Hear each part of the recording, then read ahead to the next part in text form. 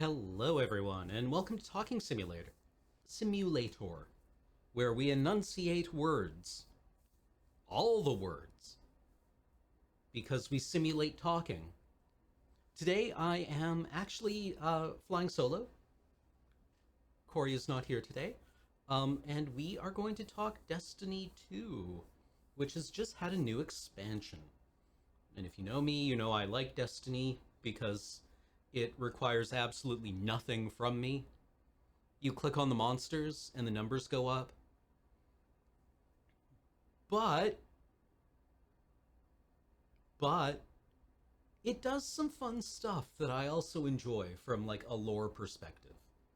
Um and it has some pretty capable writers, and what else does it do? It's fun. It's a fun game that counts for a lot.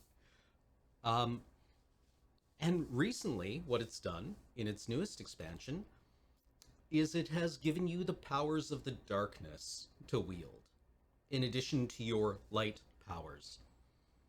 If you are familiar with Destiny, you will know that there's a sometime in our future. This is the extremely condensed version of it, and I am just running through this because the game is stubbornly refusing to download. 9 seconds, 45 minutes, 5 seconds, 45 minutes. Steam will figure it out. Um, the you know, we were being humans in the story of Destiny 2, and then a giant thing showed up, and we called it the Traveler, and it terraformed a bunch of our planets in our solar system. And there was a golden age. I'm wary of golden ages. As we learn more about the golden age, it seems that some of my caution is being borne out. um and then we lived with the Traveler for a while. Oh, Morty. We lived with the Traveler for a while. It was good. We learned all kinds of things from it. We don't know how. But the Traveler seems to be this being of light. We don't know what that is, but we like light. We have eyes to detect light with.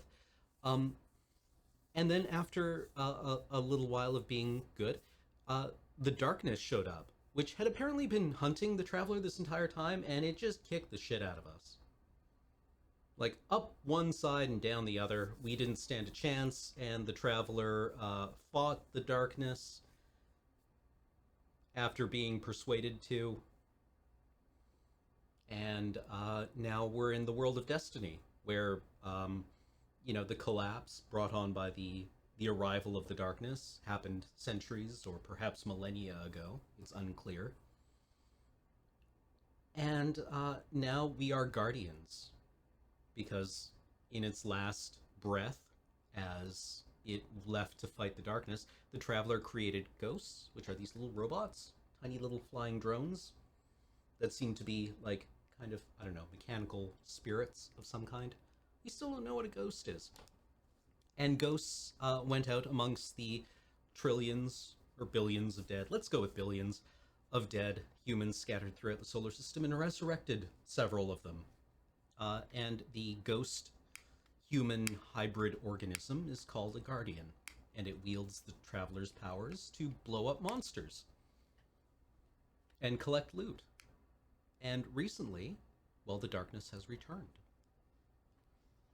Now the game is downloaded. So let's play the game.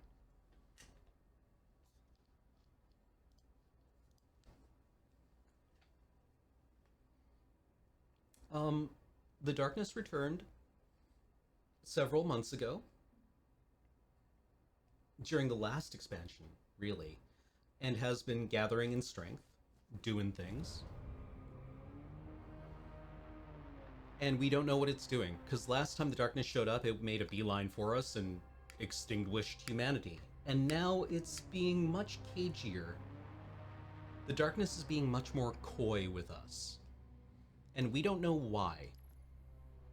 We don't know why. But what I would like to do today is look at what happens in the brand new expansion, and how the darkness attempts to communicate with us, because it has been communicating with us a little bit in the past. But now it actually reaches out directly to us. Also, my warlock is all Christmassy. I've been playing with my hunter a little bit, but I have yet to... What are you wearing? My Titan is wearing her Lion Ramparts, which means she was probably glitching chests in Last Wish. That's the only reason I would wear these.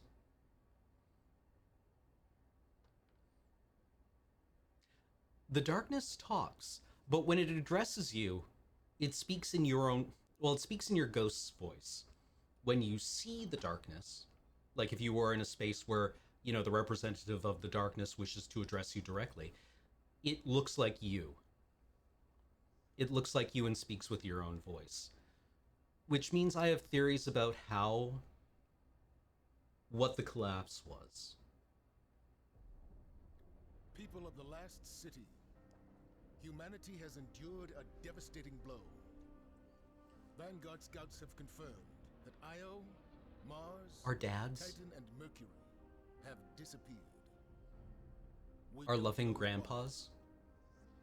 We have lost contact with Deputy Commander Sloan and Jensen Scribe Ashamir. We are deploying Guardians to all corners of the system to find answers. And with those answers, we will form a plan. In the meantime, we ask that all lightless civilians remain within the safety of the city walls, under the protection of the Traveler. Do not lose hope. Humanity has survived many horrors. We have done so through the strength of our community, through steadfast commitment to one another. Stay strong. Be brave.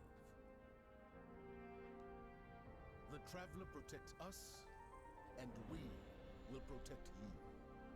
The Guardians will come through. They always do.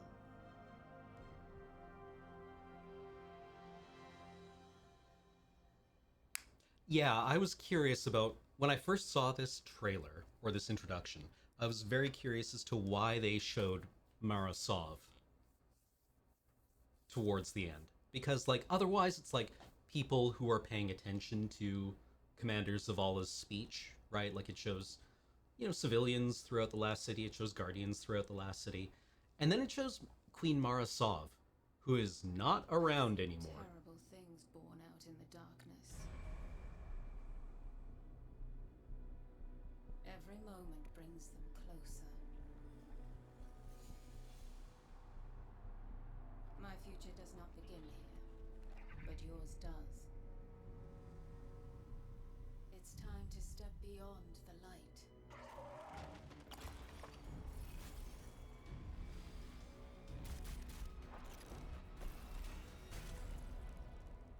And it all begins with a splinter.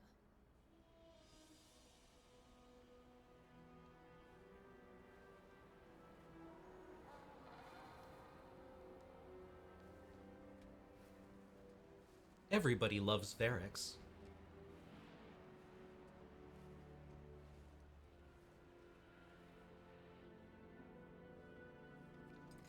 Everyone's favorite jailer.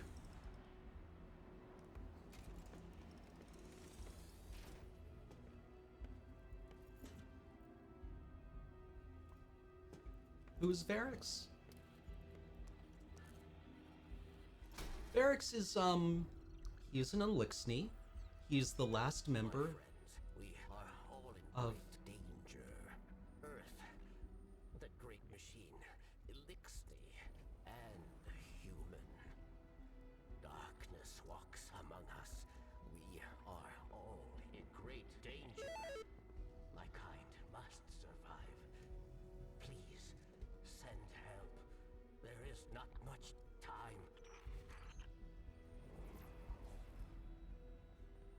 What? Where?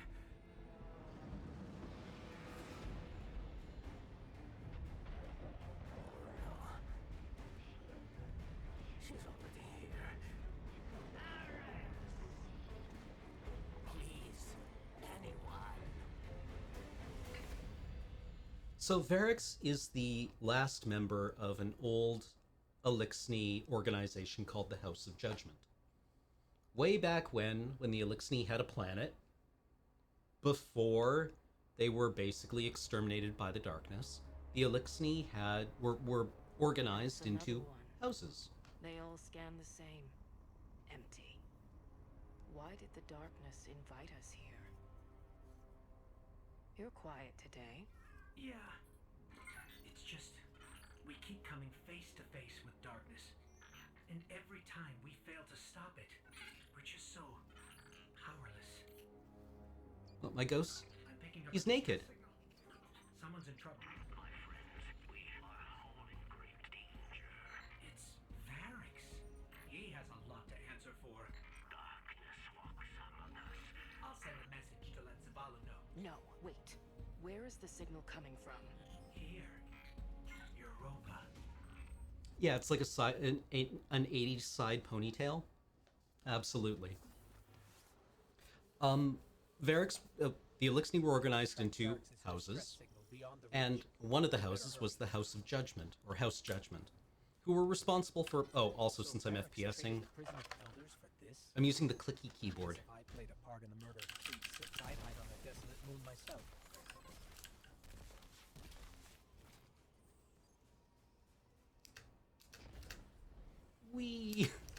Actually, hold on. What am I even...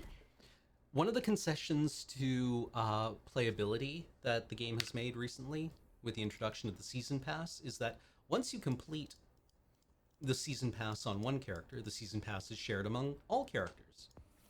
And one of the things on the Season Pass is armor. Ooh, boy. So this makes leveling up alts very easy.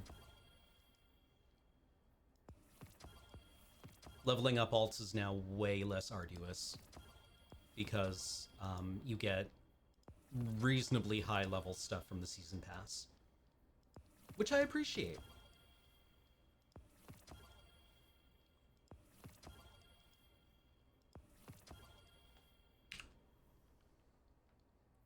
Yeah, they have yet to add a collect all button. The 67-point helmet.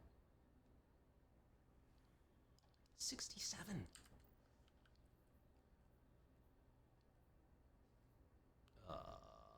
Is it just... yeah. Now we go through the process of deleting all of that except for one piece. Oh, I can probably get rid of my Dreambane stuff too. No, wait, have I completed the Shadow Keep campaign on this character? Better keep my Dreambane stuff. Varix was part of House Judgment, which means that he was responsible. He was like a counselor, I guess. House Judgment seems to have been in charge of, like, well, not in charge, but like, you know, kind of like Mentats and Dune. You know, they would give advice to important Elixni. At least that's the impression I get of them. And when they came to this solar system, and the house that Varix served, which was the House of Wolves, got into a little bit of a scrap with the Awoken of the Reef and lost. Bad. What do I want here? I've been kind of like just chucking stuff at this character.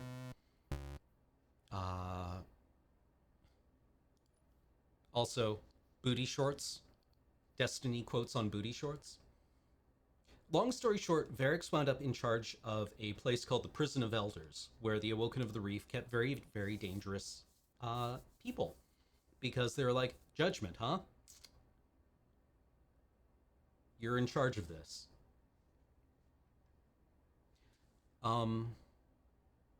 And he didn't really seem to like that very much. I don't know. I don't know what Varix thought of his job as being in charge of Prison of Elders. This is actually a pretty good role on False Promises. I'll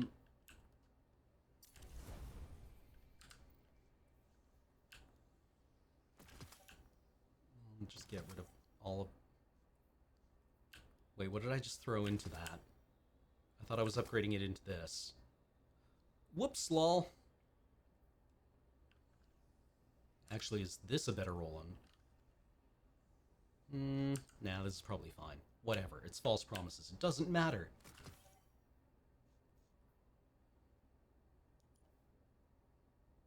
You're actually a reasonable Uriel's gift. So I realized I was going to talk lore, and instead I am just managing inventory and comparing weapons.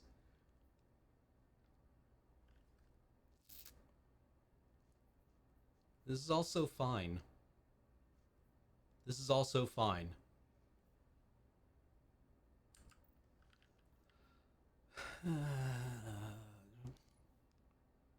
I didn't even know you could roll Vorpal on this thing. That's actually not bad. The rest of the roll is Garbo.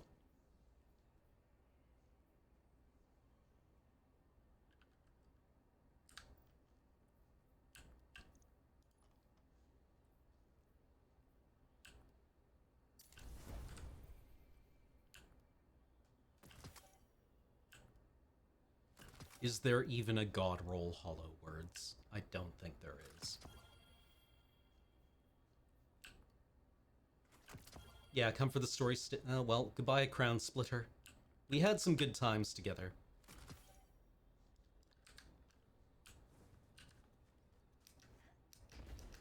Also, which exotic do I want to be wearing? Can I go over my abilities? I mean, probably. Yeah, I guess Skullfort. Skullfort's pretty hard to argue with. I'm on Striker. And I am on Code of the Missile. I kind of like... Well, okay. Since we're going to be talking about... Spoilers. Over the course of this campaign, we acquire a new subclass. Our class is Titan. Striker is our subclass. We acquire a new subclass that will be called Behemoth, which uses stasis. Now, stasis seems to be the darkness counterpart to solar.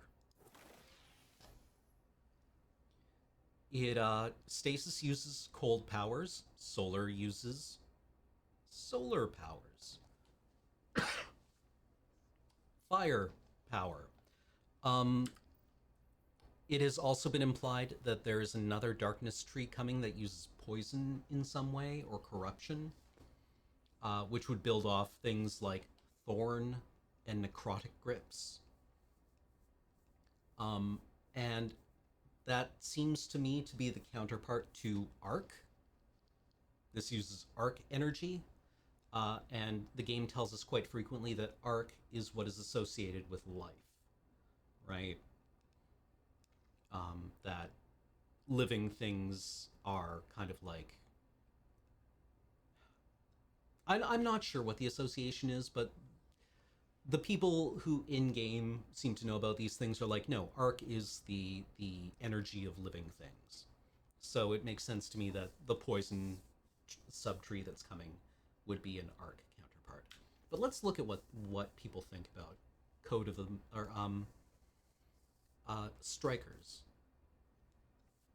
At close quarters, a fist is better than any gun. You'd think the problem with showing up empty-handed to a gunfight would be the bullets. And yes, turning a gunfight into a fist fight is an awful lot of work, tactically speaking. But really, I just don't have the patience for all the hiding, all the fumbling for batteries or flechettes or whatever when it's time to reload, which seems to happen the moment I start to enjoy myself. Hiding and reloading, hiding and reloading. Sounds amazing. You all have fun. My fists don't need reloading. Back to the problem.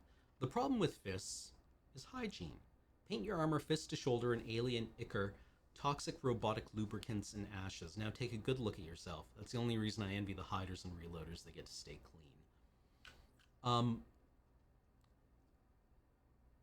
This is like the big jock energy subclass. I enjoy it a lot because you just run around delivering gigawatts of fist to alien nerds. but it also has kind of like this holy monk feeling to it, of like, like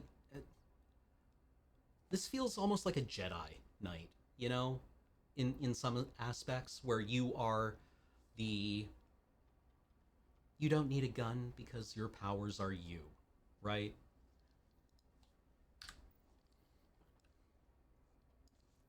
Anyway, Skullfort. It's a year one Skullfort. This is an alt who I basically never play, so she only has like this old Skullfort. Yeah, turning yourself into a literal missile is peak Titan.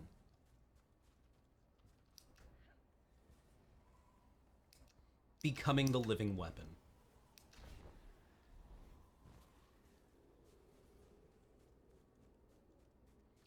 Actually, before we go any further, I want to read a lore page to you, just to touch up on where we were last time we played this game. Trust, this is written by a character in-game named Eris Morn, who we are going to see a bit more of in a little while, but Eris is a guardian whose ghost was killed, and she is kind of one of the leading scholars of the darkness. When you need to find out about something bad going on, the Vanguard sends Eris to investigate. Friend, over the past 5 years, we Lightbearers, you Lightbearers, have grown strong. Each victory opens more territory for searching ghosts, and more guardians rise. None of these newborn contenders are mighty without equal, but you have been at the forefront again and again. To see you fall would be disastrous, and there are so many ways to fall. It has become fashionable lately to analyze light and darkness as if they were political opponents, each with something to offer us. Some guardians even take secret names to mark their transgressions. I despise this flirtation, but I cannot speak against it. After all, I have had to find my own pathway to power. Thus I asked my queen, who has preached a doctrine of balance, if she truly believed in the equal worth of light and dark. The Awoken were made in conflict, she reminded me. All her people volunteered to return from heaven to fight and die in the cosmic war. They are by nature and by doom drawn to that edge, that place of tension. And she has her own prejudices. She has made terrible, ruthless choices in the name of salvation from darkness, so she cannot dismiss its power without, in a way, dismissing herself. All that said, she said to me, I believe... gotta put on my, Queen Marasov voice, because she has, like, a very, like, deep contralto voice. I believe in balance, but to seek balance is not to seek equity. A sea half of water and half of poison is not in balance. A body half alive and half dead is not in balance. Given the choice to live in any world at all, we would need a little darkness in it, I think, to keep the balance true, but not so much as we would need the light. What do you think, Eris Morn, when you went into that pit, your light against the clawing darkness? Did you feel balance? No, I did not. I felt overwhelming, all-consuming evil. I think a world of balance would fight the darkness, because darkness unchecked is darkness thriving. I think that a world of balance would never mistake the excitement of transgression or the grim necessity of trespass for a genuinely righteous act. We must remember the value of unshakable, irrational hope. The choice to act as if we lived in a better world can create a place for that better world to exist. I do not think that a good guardian can even for a moment entertain the darkness. This is a power that has devoured worlds beyond knowing, a power that has practiced its appeals against entire Zeta lives. There is no defense against it, except to avoid the battle entirely. It is a sign of self-respect, Ariana always said, to fearlessly question our deepest beliefs. But it will always be rank foolishness to leap into a vat of plutonium salt and call it self-exploration. And to tempt your friends into that vat with you. That is evil. Thank you for being so worthy of trust. Thank you for carrying my hope. Eris. Well, this is gonna get awkward for both of us. This is going to get awfully awkward for both of us, Eris, because, well, see you soon. In its appeals to us, the darkness often talks about the traveler trying to create, what is it, a gentle kingdom ringed in spears. And, well, Guardians kind of practice... Let's roll it back. We're close to the origin point of Varrix's distress signal. What does the darkness want? What is the darkness? Well, we kind of only know the darkness from what it tells us about itself. And what it tells us about itself is that it is a very old principle that predates the creation of our universe. The Traveler is also the projection into our universe of another very old principle. And they called themselves the Gardener and the Winnower. The darkness is the Winnower. Right where we're And going. in A the campsite. They must be after Varrix too. Let's hurry. in the possibility space that predated our universe, the Gardener and the Winnower created a... What am I doing? Ugh. Nerd! Nerd!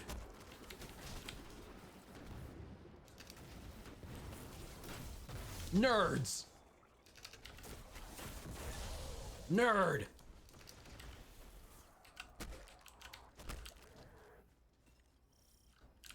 These fallen had an unfamiliar house. That was therapeutic. Who are we dealing with? Why don't I play this character more? That was kind of awesome. Someone's been staying here. There's traces of darkness energy. See, this is how you can tell that this game was not made by anyone who grew up anywhere with winter. This should be an airlock.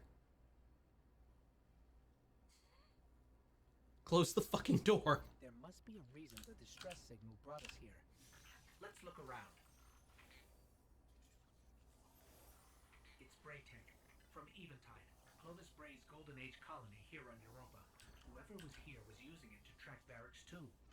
They must have intercepted the distress signal before we did. Okay, I've got the signal's true origin point now. It's not far. Let's hurry. Okay, so our universe has... Let's run around punching things and talk about the origin of the universe. Before the universe, there was the garden. The garden where all possibility spaces were explored, basically. The garden created universes to, like, you know, figure out what to do. And inside the garden, there were two principles. Oh, they're clumped up. How dare you? Basically, the gardener was responsible for creating things, and the winnower was responsible for removing them from the garden when they became,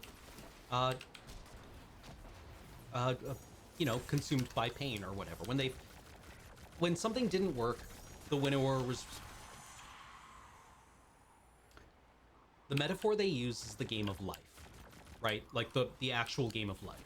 Oh, that felt good. And the gardener was responsible for planting the flowers, and the winnower was responsible for closing them. And after a while, they both realized that one pattern dominated the game. That no matter what they did, no matter what circumstances they tried to set up or how they tried to seed the game, it always ended in the same way, with one pattern dominating all the others. And the gardener didn't like that. The winnower thought that was perfect. What's not to love?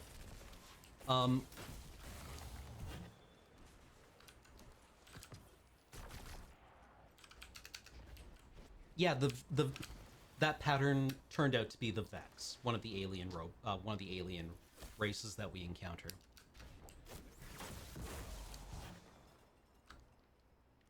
This is really fun. Why don't I do this more often?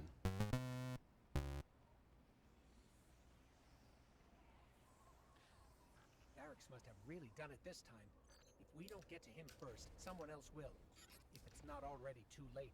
The gardener proposed a new rule, which was that, Wait. Darkness. It's close. I feel it, but it's different somehow. basically the gardener was like, we should change how this works so that new things can thrive, and we don't always converge on this one solution. And the darkness was like, no. Absolutely not. That's not how this works. And they had a falling out. And as it turns out, our universe is the one where they laid all the marbles out. This is where everything is going to go to be judged and decide who is right. Cookie.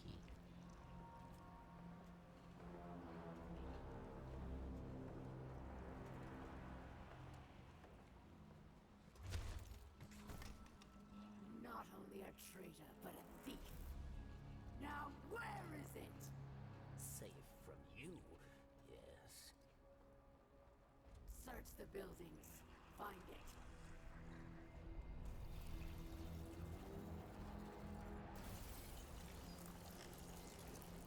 Wait! Aramis, old friend. These powers, they create chaos. They are changing you. This. Cling to your machine god. With this power, we make our own fate.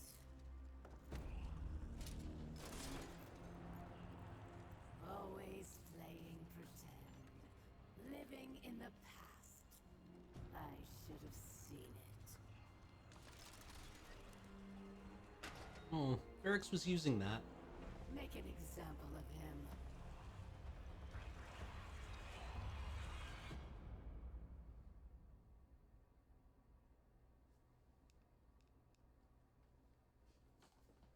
Yeah, Foxmar, we can get...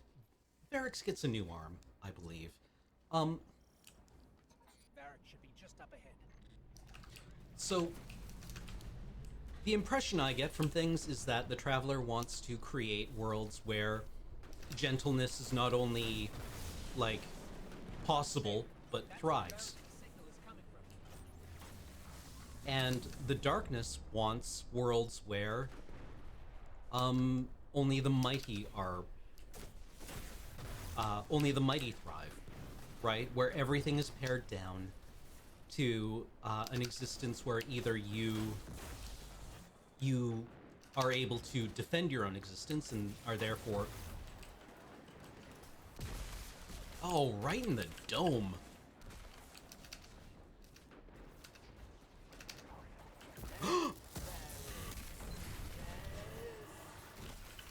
Yes, Varix, I will help you.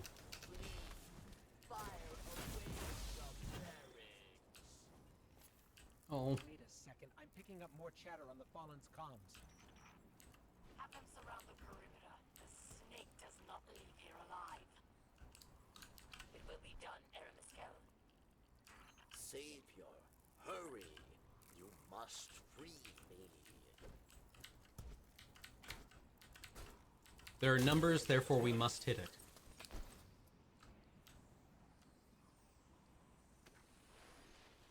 No, he's fine. Thanks you. And now must hide. Not so fast. We heard your message. Darkness walks among us. What do you mean? There is no time. They are coming. Varix asks for your protection once more. I will take shelter inside. Succeed, and Varix will reveal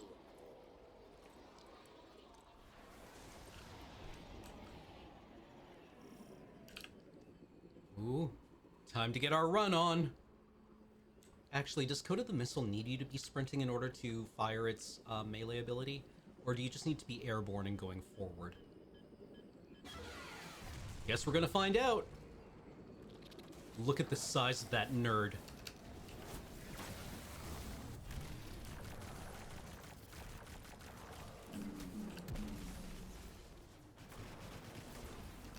Ugh.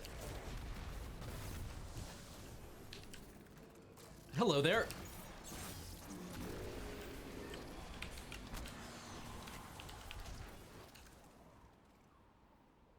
That's the last of them.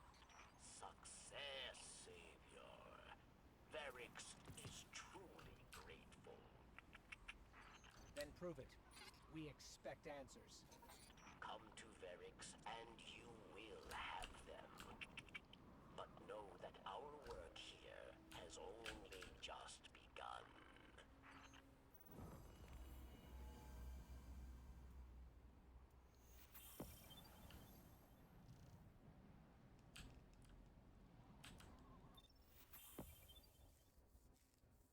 So the appeal the darkness makes to us is that if it wasn't for the universe's willingness to cut things away, then this would be a universe of suffering.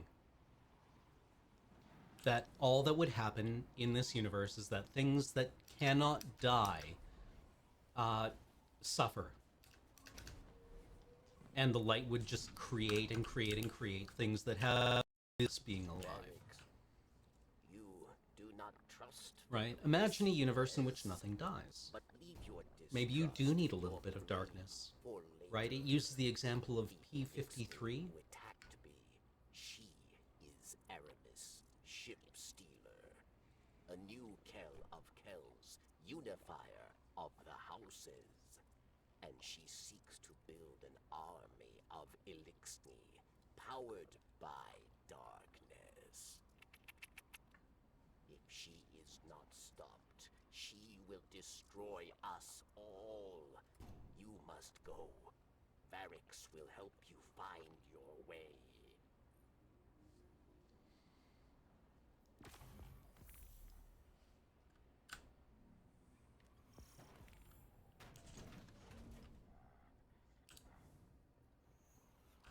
Yeah, and the game does try to make, like... I think the game does do a better job of presenting a case for the darkness being something that is necessary than other games do for presenting their villain faction as something that player characters should play and feel an affinity for. I'm looking at you, Dragon Age. With the fucking Templars. Varix, Wait, were the how was Templars? Aramis used to trap you? The mage mashing knights in Dragon Age. Yes, we call it stasis. Power in opposition to your light, given by the pyramid. It led Aramis astray. Europa was to be a haven for Elixni, but stasis corrupted her. With it, she turns obsession into opportunity, working in haste to empower Elixni with the dark gift.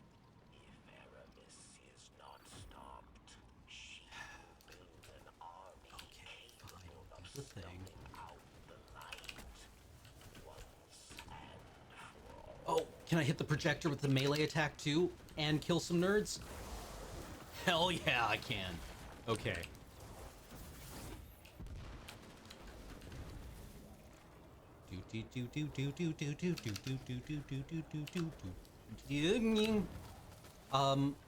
Like the...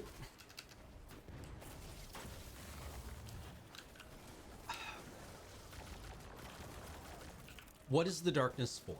The darkness is for cutting away things that have failed. Well, who decides what failure looks like? Right? Who decides what a failure is? And the answer that the game presents is that failure is decided by whoever is nearby enough to kill something. Right? Like, that's what the Hive's sword logic says, is that, you are justified in killing absolutely anyone, because if they can't defend themselves, then they're simply not worthy of going on living.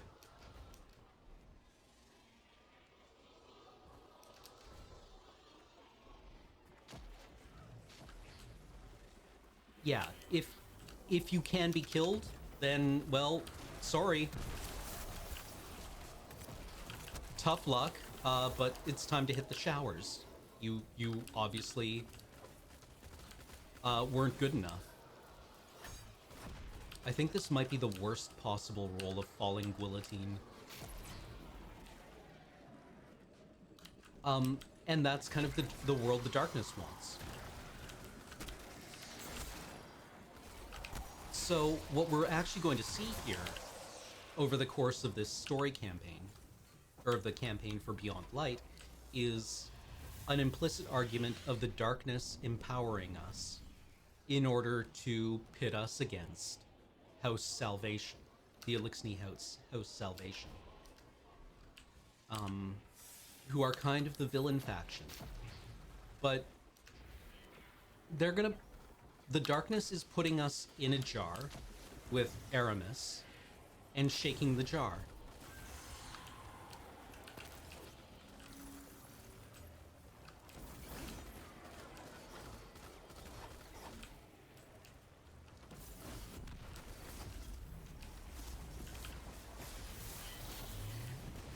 And I mean, like, this is a very kind of like human-centric version of everything, right? Because, like, what is the ultimate destiny of the universe? Well, it's one in which life thrives. Okay. What about after the heat death of the, like...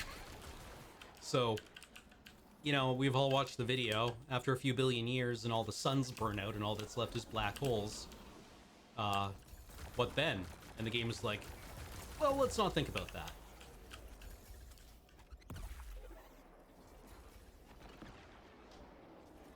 I will not do Hawkmoon today. There are actually 3 major threads in Beyond Light. There are 3 kind of plot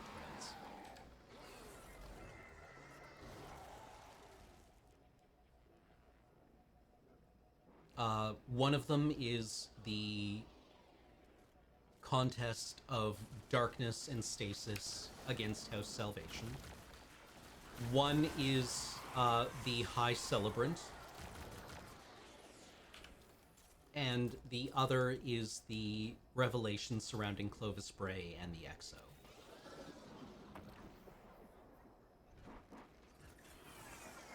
So we'll only be looking at the stasis powers today. Because, you know, it's probably about... It's a looter shooter. There's going to be hundreds of hours of content.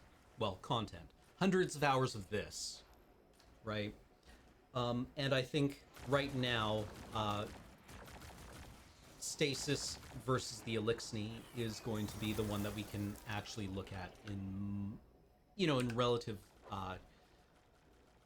with any hope of actually having a complete discussion.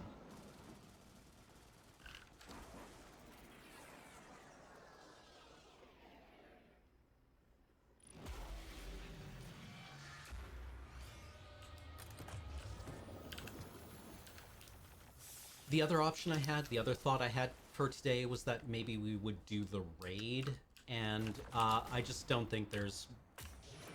One, I'm not sure there's enough time. Like, it's a pretty quick raid, right? I think we could do it in 3 hours, but I don't think necessarily that would be good viewing, because it would just be a lot of me on Discord with people, like, focusing up and not talking about things, right? So, where was I? This is what remains of Eventide. Clovis Bray's European colony. We were talking about what the House darkness those who wants. came to build Exo, and to become them. Until we arrived, much has Aramis uncovered. All has proven beyond dangerous. Whoop, whoop, whoop, whoop, whoop, whoop. We'll just have to take it away from her. God, this rules. Why don't I do this all the time? Hello? Yes? Oh.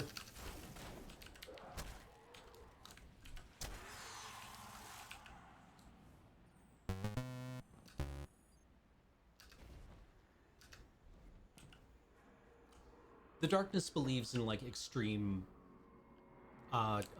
natural selection, artificial selection. Basically, the darkness is here to promote the flower game as being the ultimate arbiter of what the fate of the universe is. The darkness understands the flower game. The flower game is very simple. It has rules. They're the rules of the universe, and not obeying those rules makes no sense to it.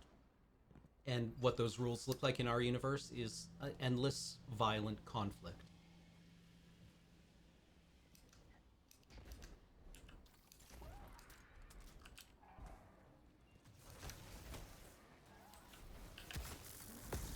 That dome. Is that where you live? That was the wrong button. Pinnacle of hope for the remaining Elixir, but a standing reminder of Aramis's betrayal of Varix. Oh, who's the head nerd? It's you! Man, fuck this railing. Okay, hold on. Hold on. Everyone shut up while I figure out what we're doing. Okay, first off, we're gonna grenade up there. Thank you.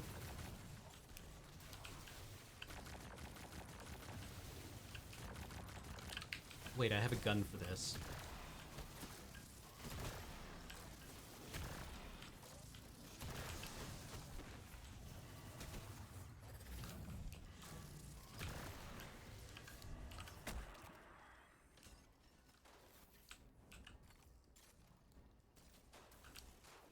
Well, the problem is we don't know how to fight the darkness, really. Queen Mara Sov, the leader of the Awoken, has a theory that she calls the bomb logic, which stands in opposition to the religious guiding principle of the Hive that they call the sword logic. The bomb logic, well, okay, let's talk about what the sword logic is. The sword logic is the very simple idea that the universe wants us to cut away all the rot. If you can kill something, then you must kill it. Right? The sword that cleaves away everything that is not... The self-honing sword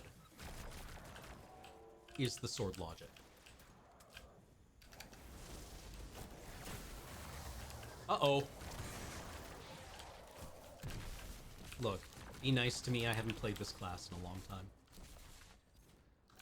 Right? That the universe is a self-honing machine that is on course to find its final shape. Right? And the way that it finds the... Why did you blow up? Well, don't look a gift horse in the mouth. And it will achieve the final shape by, as long as we obediently kill everything. And that final shape is actually the Vex. The Hive don't necessarily like that, but they also don't necessarily know it. Right? The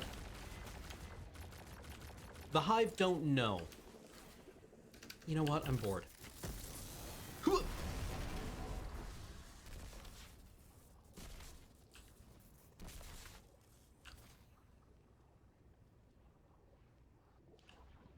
I feel it again. The energy I felt earlier. It must have been Aramis using stasis.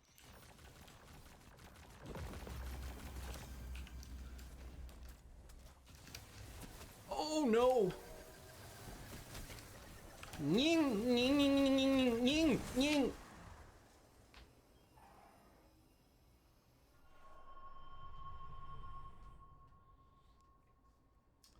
The bomb logic stands in opposition to the sword logic. The sword logic says simplicity is the destiny of the universe, right? The ultimate shape is going to be something very much like a sword, right? Something that only cuts, that exists only to separate the worthy from the unworthy. The bomb logic, if we're going with the metaphor of a sword, for the sword logic, the bomb logic says that complexity is actually better, right? A bomb, if you think about it, is a machine that is composed of reasonably inert parts. But in combination, the bomb becomes extremely deadly. So the bomb logic says that complexity is actually preferable to simplicity. That by cutting away everything in the universe, then what you're actually doing is creating something that is far weaker and more vulnerable and less robust.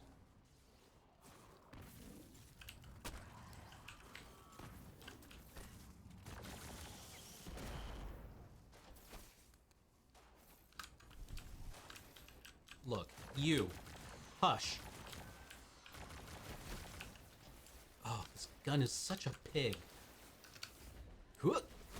No, I want to... Hold still. Beep. Who lived through that?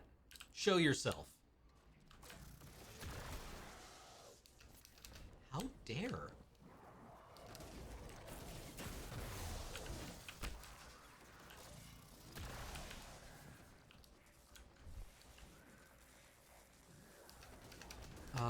I don't know any anime lines to deliver before I wait, hold on. Super Land Rover attack. No, hold on. That's when you run someone over with a car. What is that even from? Why do I remember that? You, away. Personal space, please.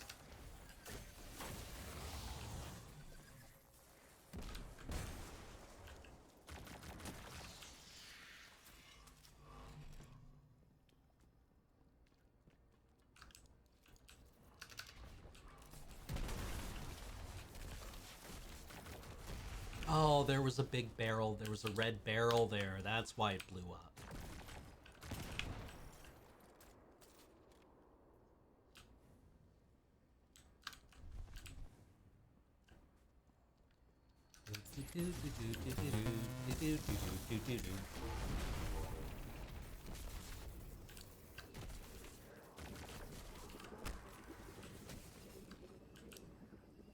More of you? Hold still. Thank you. God. I feel it again. The energy I felt earlier. It must have been Aramis using stasis. One thing that keeps recurring to me in this game, or a recurring thought in this game, is that we are, in fact, practicing the sword logic. All the time. Right? What do Guardians do? We kill fuckers. That's basically it.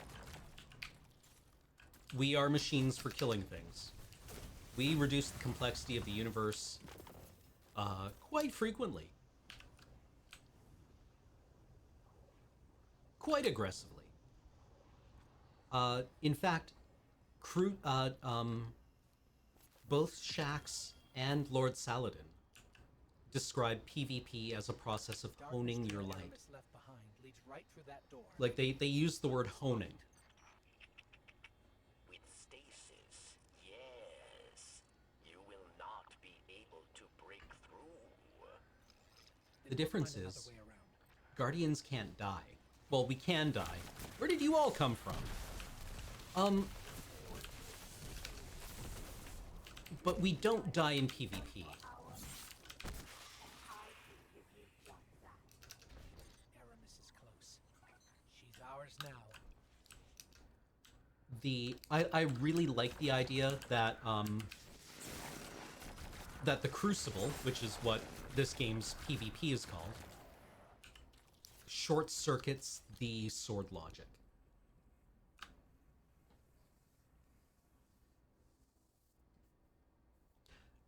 Destiny is actually quite unmilitary. For centuries we have been bound by them. Servants to the so-called Great Machine.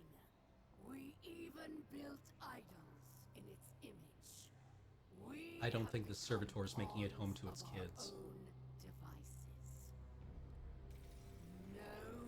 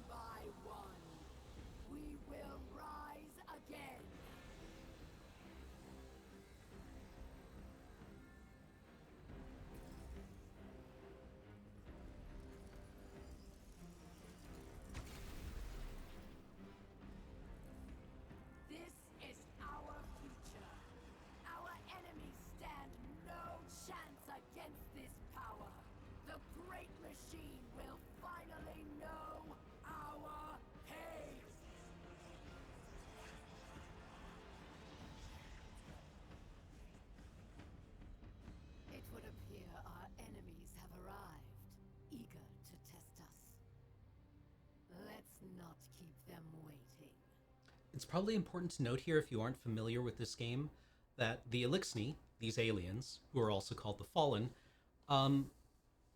also used to be protected by the Traveler. And then the Traveler ditched them.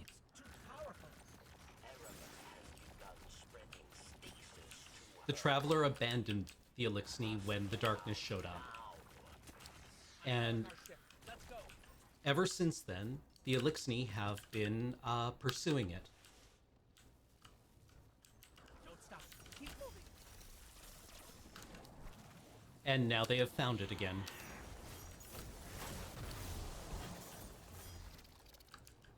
Yeah, the Traveler abandoned them.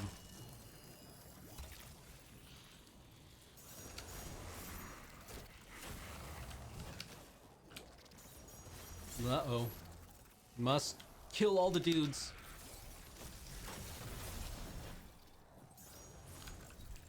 There are still more dudes. Better right-click. Okay, is that all the dudes? That was all the dudes. Right-click solved the problem.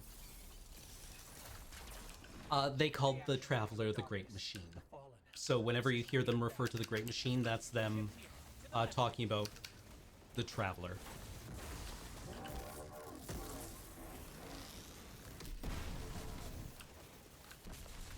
Almost missed! Across the gap. Go. Hold on, but there are dudes to kill. Oh, fine.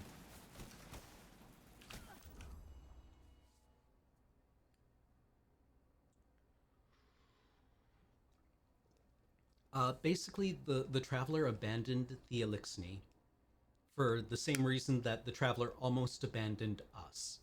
The darkness showed up in pursuit of the Traveler, and the Traveler was like, "You're on your own!"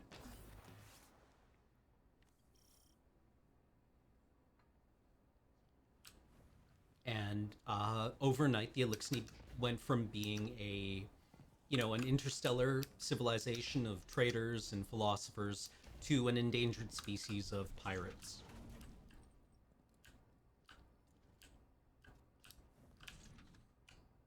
Varix believed Aramis wished to create a new life for the Elixni, but these dark powers have poisoned her mind. And so I fled from her. For this, she calls me betrayer. There are others who fled, those like me, who still worship the Great Machine. They are in hiding. I will not leave them behind. They will be casualties in her war without our help. But perhaps they can be brought to safety.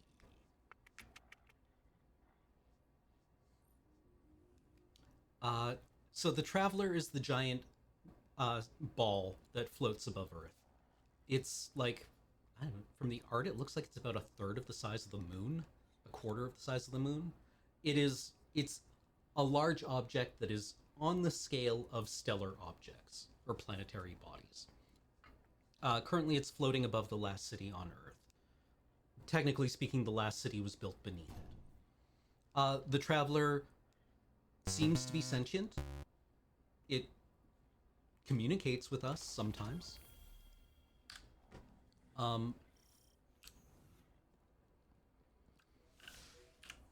We got a new boomstick. Firmly planted quick draw. Ugh. When will Petra come? This is a bad roll. She bides her time. Oh, Morty.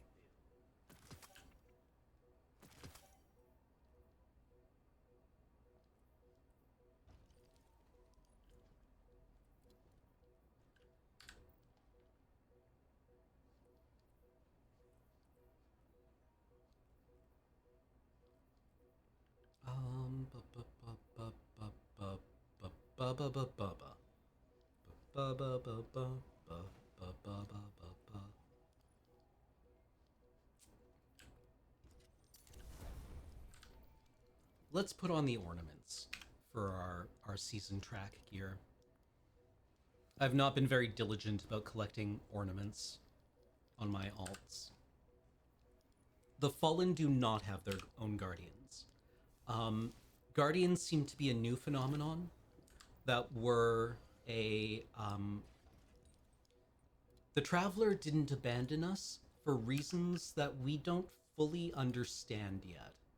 There have been several theories, one of which is that the artificial intelligence that was responsible for Earth's defenses during the Golden Age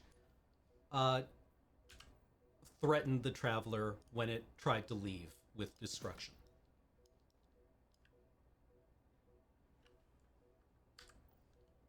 That Rasputin, the artificial intelligence, the tyrant of Earth, was like, if you try to leave, I will blow you out of the sky. And that was a popular theory, but we don't know, right? Right now it's possible, but it's not well supported.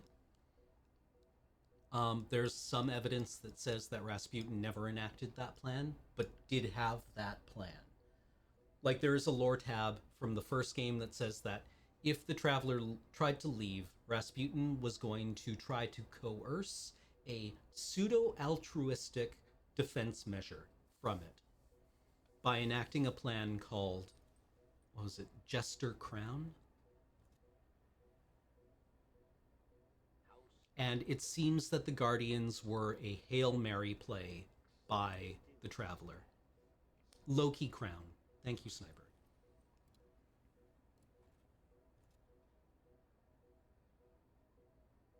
Rasputin is not the big bad guy. Rasputin is a, I would say Rasputin is a very, like, goal-oriented artificial intelligence. And he is currently our ally. Well, currently Rasputin isn't doing a whole lot right now, but he was our ally before he got his ass kicked at the end of last season. We don't know if Rasputin's dead or not. We won't be looking into Deepstone Crypt on this stream.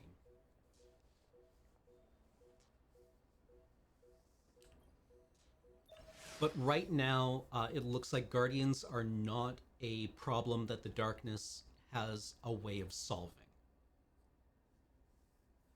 Guardians were collected by the Traveler, and usually the powers that serve the Darkness don't have a problem killing things that the Traveler creates. It would be for those who do not wish to live under the rule of a dark kelm. We must play Savior. A secret communications network would allow us to reach out. Barracks, we're ready. Where is the first relay? Barracks thanks you. Okay, what is the Darkness? The Darkness is a... If it is to be believed, and the Darkness told us this, the Darkness is one of the foundational principles of the universe. And that principle is that when something's time has come, it has to go.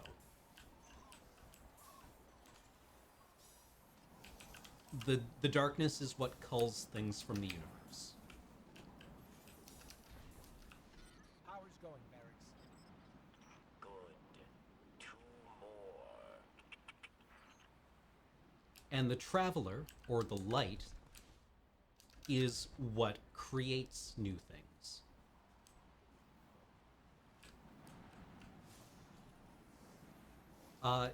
If you read, if you go to a site called Ishtar, ISHTAR. Oh, that's bad. Hear that? Sounded like voices. What? Who?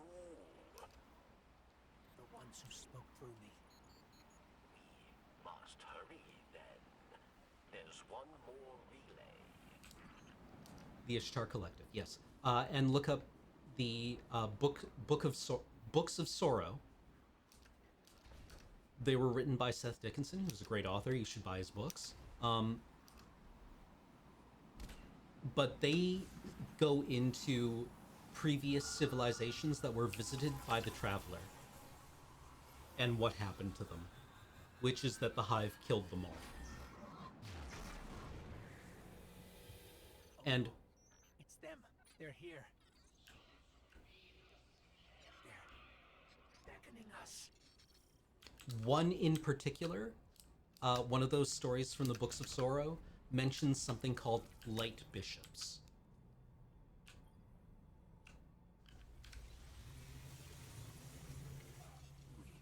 Which seem to be similar to Guardians. Kept you waiting long enough. Come to us. Salvation awaits.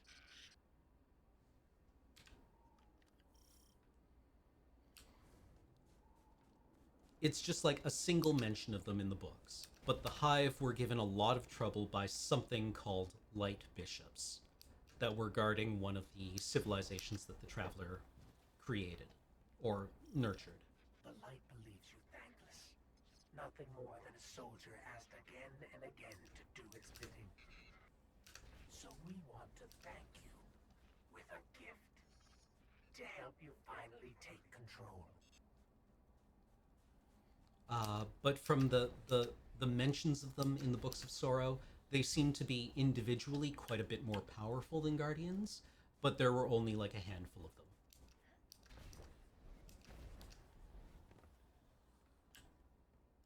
And they eventually, the Hive were able to overcome them.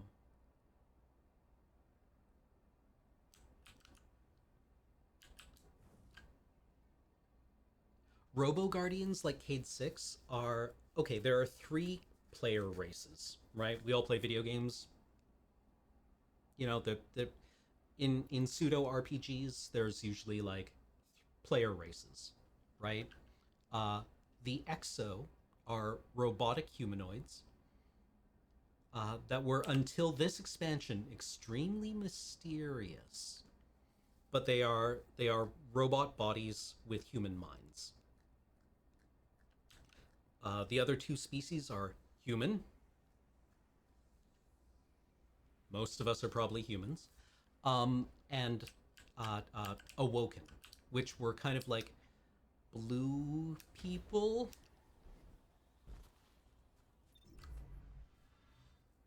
The awoken are what happens when you blue humans.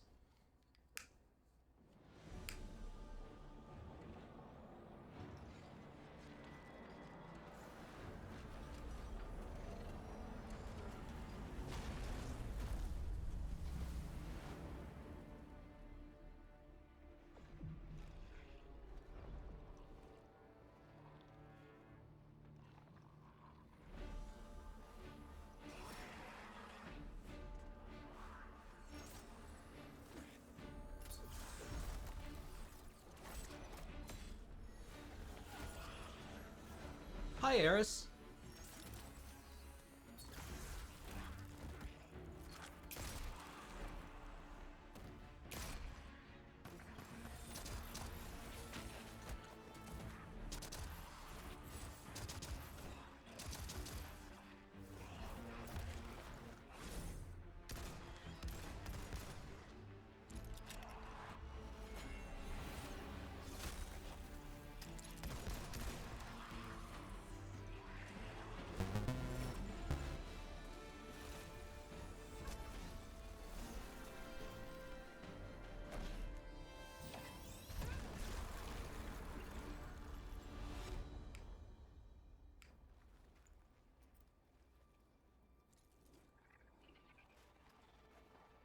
And here comes our guardian. The biggest unanswered question in Destiny right now is, what is that?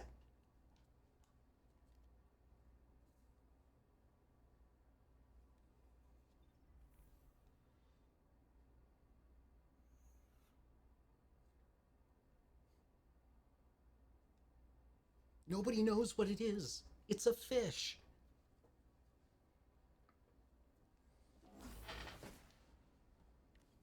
Yeah, I honestly like that, like, Exo, the Stranger is very, like, efficient and deadly. Eris is, calculating, I guess? Eris has tricks. And Drifter is a dirty fighter who gets himself in over his head frequently.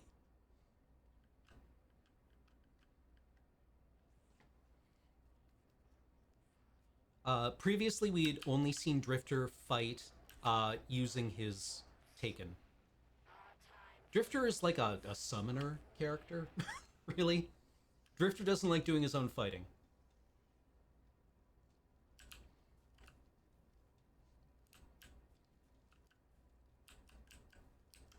Yeah, he's a pet class. I know. I owe you an explanation for all this.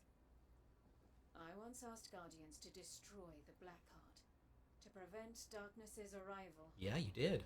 Success may have been achieved, but I now know that fate comes knocking sooner or later. The floodgates are open. The darkness is here. I wield it now with intent to stop our enemies where the light cannot. Your resilience within the pyramid proves you're capable of wielding it too. Before us lies what we call a ziggurat. Its purpose is temptation. To begin your training, you must give in. Here, take this.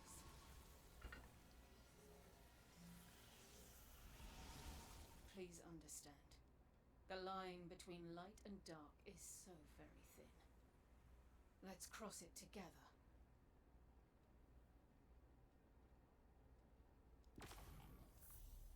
We actually do get confirmation of who the stranger is in this expansion. And yes, it is who you think it is. Spoilers, I guess. Someone was asking what a ghost is. This is a ghost. This is our ghost. Ghosts were tiny little robots created by the Traveler in its moment of greatest need. And ghosts go out into the solar system, into the universe, and they look for their guardian.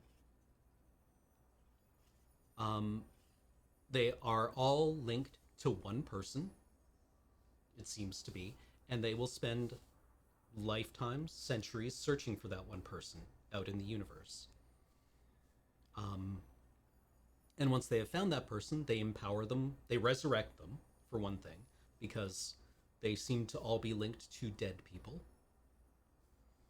And once they find that person, then they empower them with light. They give you a save state, exactly. They're your in-game explanation for respawning, yeah? And nothing will love you like your ghost.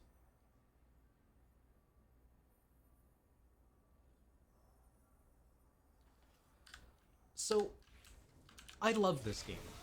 This is one thing that I kind of have a little bit of issue with. Not like...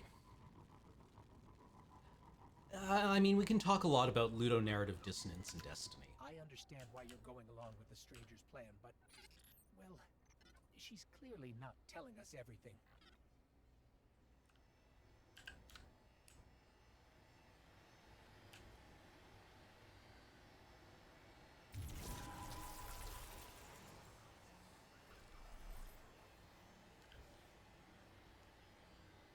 Oof, I am overdue for a break.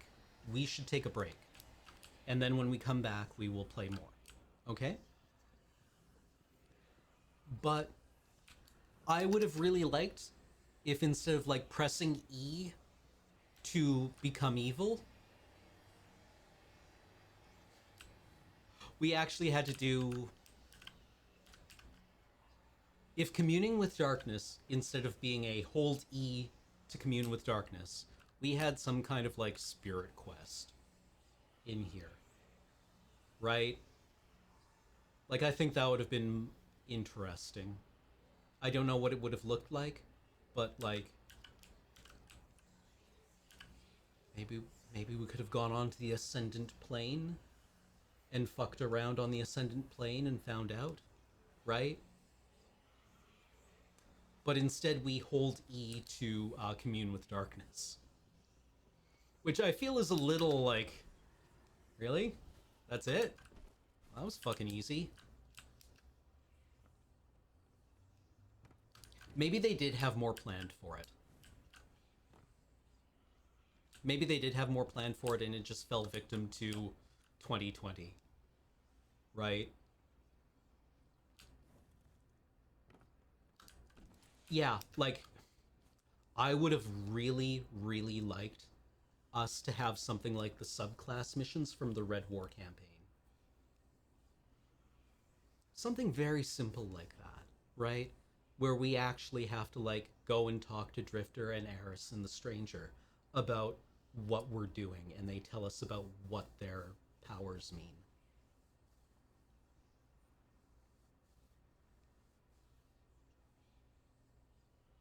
But maybe the darkness doesn't actually talk to us in that way, right? Maybe that was something that was the Traveler trying to like give us some history and context for what it means to be a light bearer. And maybe what the absence of that for this is the darkness being like, here you go, figure it out. And either you'll figure it out or you won't, and then you won't be my problem anymore. Right? Maybe that's a reading we can go with. Anyway, I'm going to take a quick break, and then we'll be back in about 3 to 4 minutes.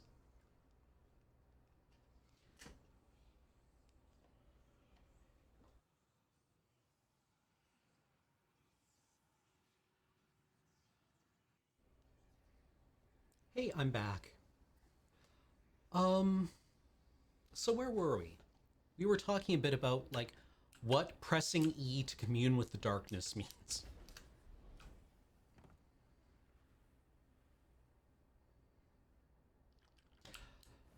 So, like, maybe I do kind of like the interpretation that the darkness doesn't really care to instruct us at all. Because communing with the darkness actually did nothing. Stone nothing. We don't have our power yet. We don't have any ability to manipulate the darkness yet. Or to manipulate our universe with the darkness yet. That appeared to do jack squat.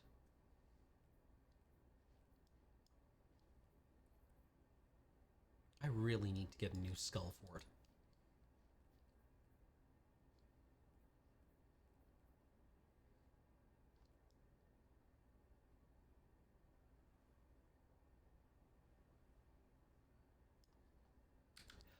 But actually, why don't we look at one of those missions from the Red War campaign? And when I say look at, what I actually mean is listen to me read it, because they're gone. Those missions are gone.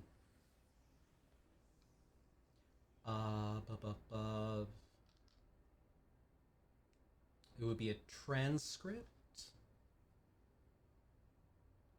of, if we search for Tyra Karn, Grimoire transcript, Shard of the Traveler. So in the Red War campaign, which was the first year story campaign for this game, you started off with no powers. The Red Legion attacked the city, it put a boot on the Traveler, and our light powers were cut off from us. We had to escape from the last city without our powers, and fight for our survival for a little while, until we felt drawn to a shard of the Traveler, which is kind of like the Traveler seemed to be like shedding chunks of itself. We found a chunk of the Traveler out in the woods, and we went and communed with it, and we were able to get back a small part of our powers. And over the course of the Red War campaign, we would be called back to the Shard of the Traveler several times. The Shard is from the Collapse? Okay. We get called back to the Shard several times, and each time we go back and commune with the Shard of the Traveler, we learn a bit, or we regain a bit more of our previous powers. And this is from the Voidwalker quest. So 3 subclasses, or 3 classes of Guardian: Titan, what I'm playing right now; Hunter, what you'll see in PvP; and Warlock, the nerds, my main. And then there are 3 subclasses, one of which is Voidwalker, the Void Warlock class. So these missions, you would go to the Shard of the Traveler, and you would approach holograms, visions of figures, and then somebody would tell you a little, it was story time. you would have story time. I love story time. All I want is story time. And several notable warlocks would tell you about what their powers meant. And then you would get to play with your powers for a little bit. One of them is from a guardian called Toland. And he says, as you approach this projection, he says, "This is the shape and the point of the tooth. Nothing has ever lived that will not die. Now I fly between green-black suns in the labyrinth beyond Crota's god star. This is the overworld, the sea of screams, where the throne universes of the great hive fester in eternal majesty. I move among them. I map the shapes and connections of this world. I want to appear in the tower and taunt them. Lo, lo, I never sleep. I dance in light and shadow. I never sleep. I will never die. I will never die. I want to ask them, if you followed your laws here to this trembling, fearful place, of what use were those laws? But I have work to do. I shout into deep places. Osiris, I call. Osiris, Osiris, can you hear me? The traveler came out of the void that surrounds all things. Thus we know that the void is full of power. Thus we enter the void without fear. Small minds will call your abilities blasphemous. They will compare you to the abominable wizards of the hive." Right. Toland is batshit. Toland is completely batshit. Toland, he wasn't one of Eris's friends, but he was someone that Eris trusted enough to bring along with her. As it turns out, she shouldn't have, because Toland is batshit. And he, paraphrases Cormac McCarthy. Never trust anyone who paraphrases Cormac McCarthy. But he does tell you about what it means to be a Voidwalker. Right? The tone that Toland imparts on you. When I heard those lines, I was like, yeah, dude, I'm in. Right? So much more than I did from just tossing a Nova Bomb. Right? Oh, big fireball. I get it. Having Toland tell, that is cool. Okay? That was fun to listen to. Toland's voice actor must have had a lot of fun recording that line, right? Could you imagine getting paid to read that? And the director is like, could you do more? And being a voice actor, you'd be like, hell yeah, I can bring it up. How far? And the director would be like, I don't know, 175%? And you would be like, could I give you 200? And they'd be like, yeah. Do you need a table leg to chew on? And you would be like, yeah, I think I could use one.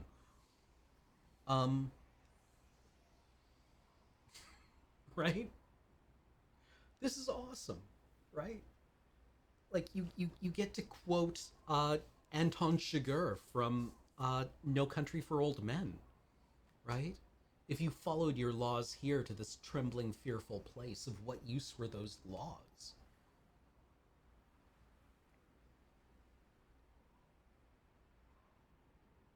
But the mission continues, because it's not just Toland, right? They do give you a second perspective on things, in case Toland's,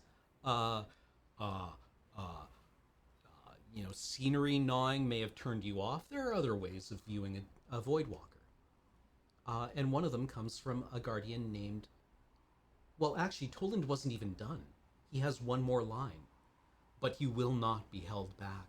Gifted with the Traveler's Light, armed with the secret physics of a lost age, you will tear reality asunder. You will fear nothing, and nothing will not fear you." And I'm like, yeah, I want to feel like I'm 14 again. This sounds like it rules. But let's get a different perspective on it, in case that was a little nuts for you. So we hear from another guardian named Tyra Karn. What is the void? When you walk it, what is there to experience, as there is nothing to be seen in it? The vacuum between the stars. the smell of rot, the taste of metal, the deafening roar that can only be heard when it is truly silent. The shamans of the old world were said to have covered their eyes so they could see the dead. I believe these men and women were the first to discover the power of the void, and in the Traveler's Light we have succeeded in refining their methods, in charting the courses they pioneered. When you blink, you'll know the way. So what is the void? Earlier someone was asking, what is void light? And void light seems to be people. The implication for a lot of people is that they associate the void with darkness. And it's not.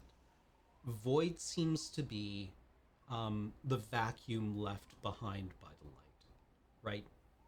It's the shadow cast by the light. If you stop thinking of the shadow as something of darkness, right, it seems to be the negative space that can't exist without it, which means it's still a light power, right? The light, void is absolutely a light-based ability. It's indisputably a light-based ability. And how do we know that? Well, it's right there, right? The game tells us. But it creeps people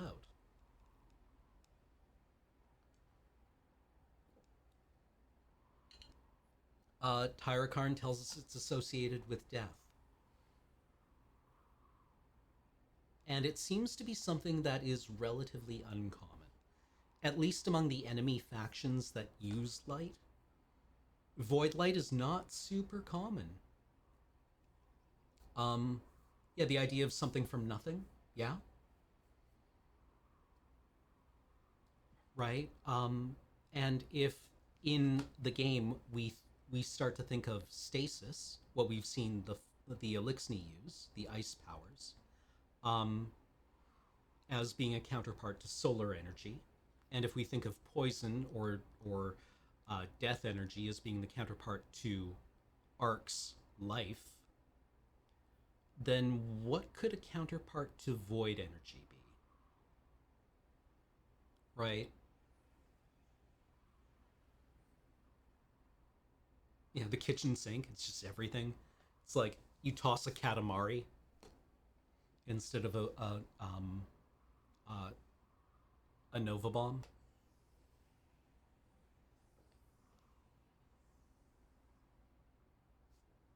There's also another perspective on void energy, and that comes from the Hunter mission. Or not, yes, this is the Hunter mission. Tyra Karn again tells us it's very simple. You reach into the void, past visions of your own death and the extinction of life, past fears and nightmares, and take what you find. I don't know why every hunter doesn't do it. Then we have several other hunters who tell us about what they think of void light. And these don't have solid identities. We don't know who these people are. It's all about where you belong. Warlocks have their libraries, Titans have their walls. Hunters belong in the wilds, and there ain't nobody as wild as a hunter with a fistful of void. You take aim before you pull the bow. That's right, it doesn't make sense. It's the void. So you take aim in the middle of a firefight, you line up your shot, then you pull the bow. Always worth it for the looks on their faces. A separate hunter. You hear that from some warlock? No. The void ain't special. Sure, it's creepier than Solar or Arc, that's for sure, but it isn't special. Just show it respect. Thank it for a lovely evening and make sure you pay your bill, so to speak. Then you've got nothing to worry about, see? Cade also tells us about void light. The noble man stood, and the people looked to him, for he was a beacon, hope given form, yet still only a man. And within that truth there was great promise. If one man could stand against the night, then so too could anyone. So too could everyone. In his strong hand the man held a rose, and his aura burned bright. And here he's talking about Dredgen Yor, not Dredgen Yor. I'm confusing his two names. When he was a guardian, his name was something Yor. And then he became Dredgen...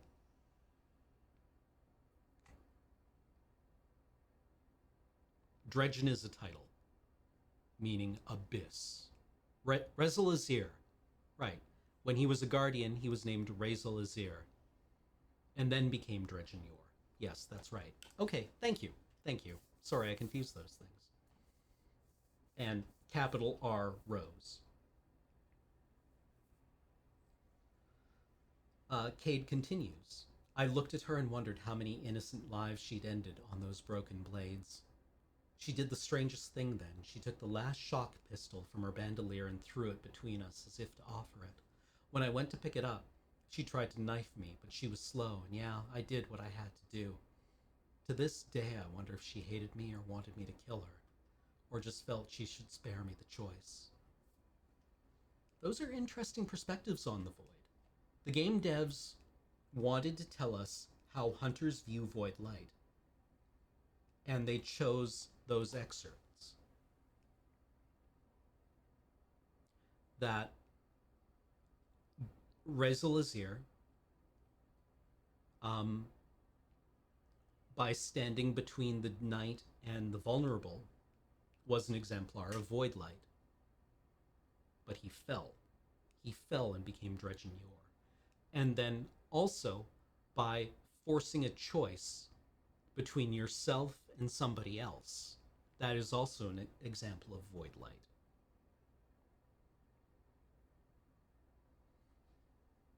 Right? That discernment, maybe? Separating one thing from the other? Is that what the Void is?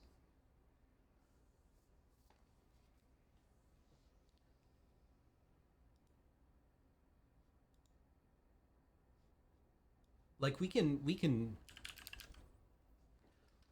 look at some of the other missions. Let's look at it,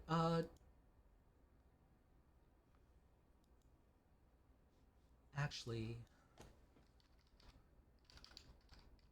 let's search for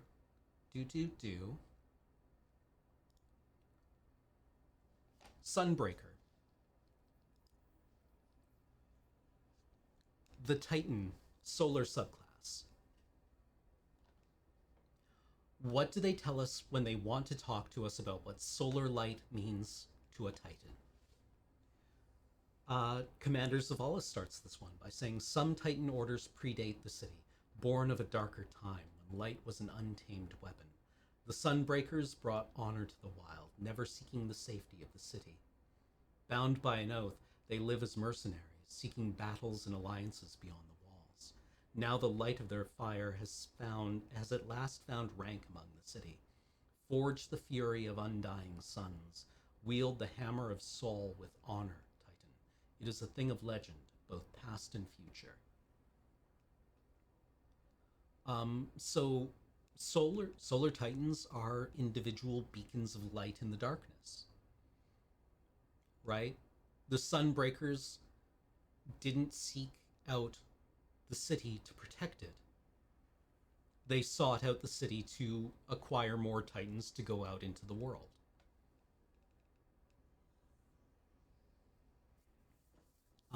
And to kindle fires in the darkness. Lord Shaxx continues and says, how do I know the Sunbreakers? I fought with them at the pinnacle of the wall, shoulder to shoulder. They died right alongside us that day for a city they felt had abandoned them. I admired that. Never thought I would see the light of their hammers in the city again. But that guardian... He's talking about us. That guardian always surprises me. The Fallen were everywhere. Lord Saladin set a regroup order to all channels. Zavala backed him.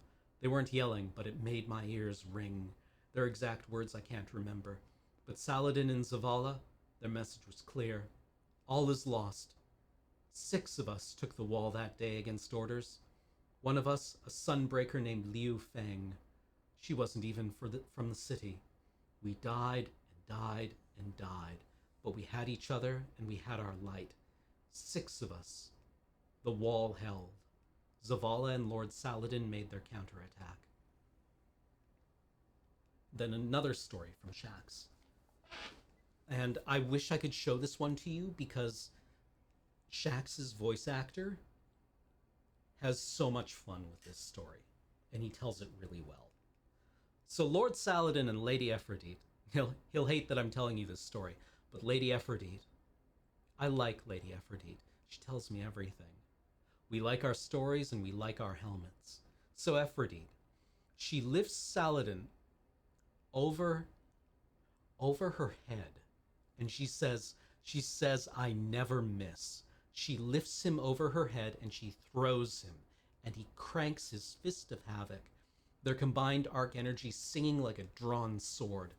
20 miles down he plummets into a fallen walker. He's like a cannon shot out of a frigging anti-aircraft gun. Everything explodes. Her ghost was laughing when she revived him. They saved a whole village of people. This was the Dark Age.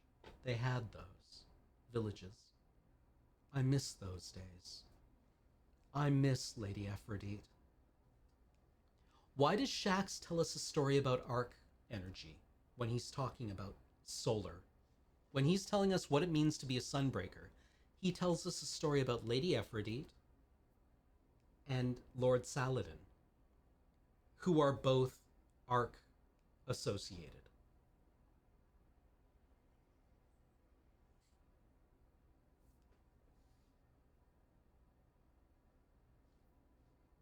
Why does he tell us a story about arc guardians when he's telling us what it means to be a solar titan?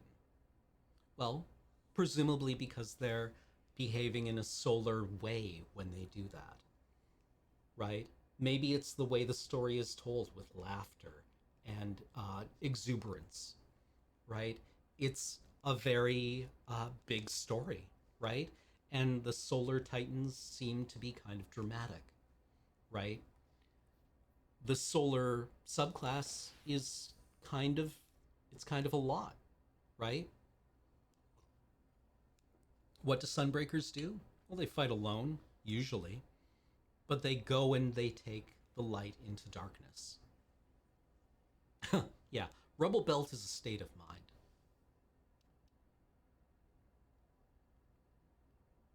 Right? This image tells a story.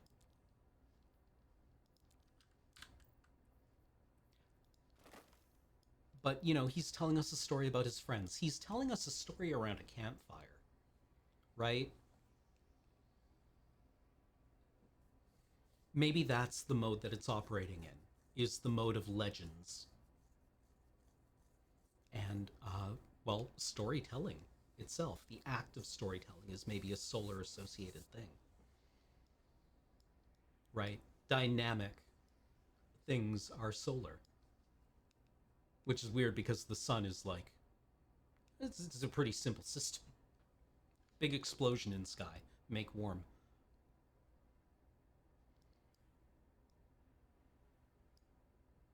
But, when we think of fire and all the conceptual associations of fire, right?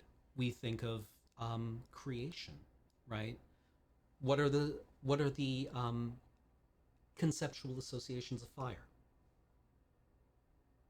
Well, I mean, you have divinity for one thing, right? In the Western tradition, we have things like the burning bush.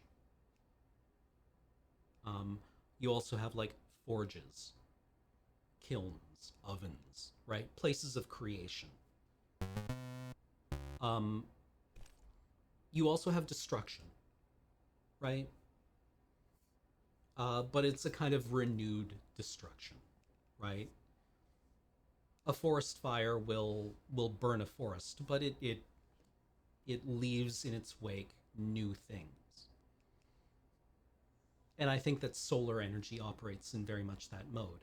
We also associate with it the campfire, right? There's a fellowship to fire.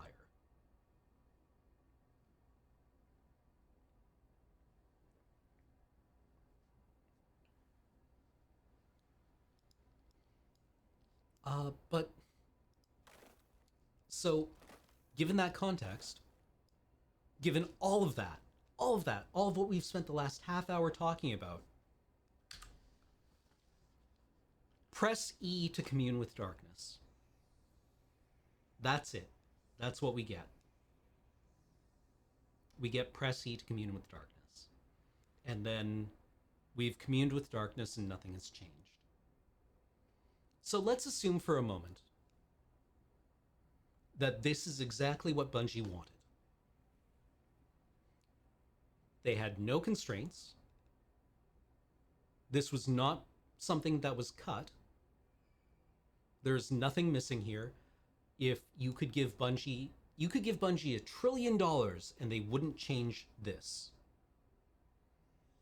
You could give them $1 trillion in unlimited time and they would come back to you and say, this is exactly what we wanted. This is everything that we wanted this to be. So what is this? Well, this is the darkness not giving us anything. Why are we communing? Well, there is the implication in the game that the powers that be in the game are aware that they're in a game. Right? Like the Ahamkara occasionally communicate with us, the player, not the Guardian.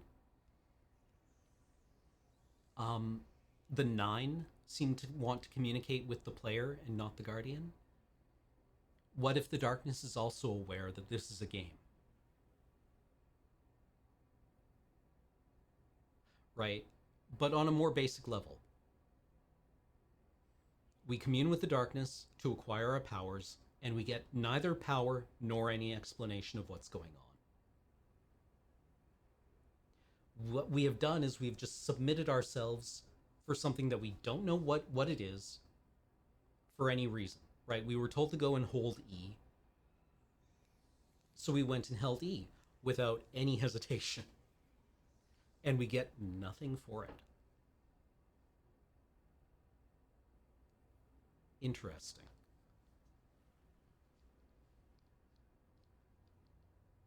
We get no explanations. We get no new powers. But we have submitted ourselves. We have supplicated ourselves before the power of death, destruction, and mercilessness. Because I guess that would be... Could you describe, if you had to choose one word to associate with the darkness, it would probably be mercilessness. Ruthlessness.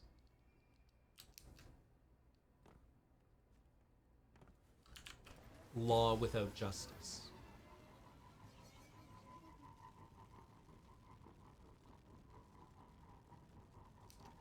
And now what? Now what, stranger?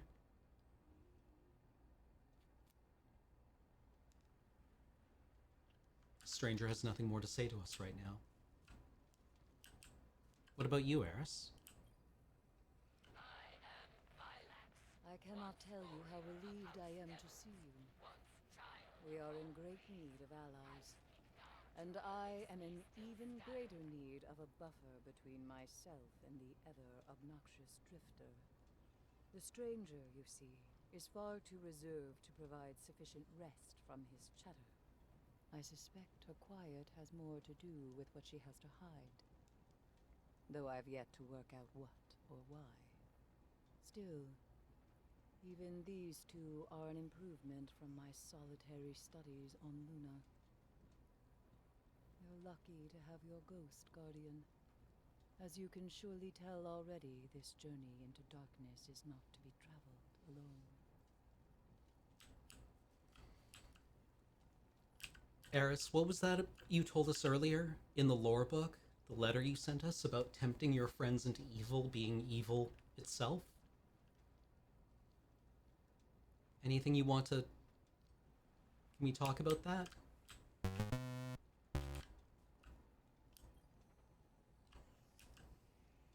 Your old pal Drifter was right.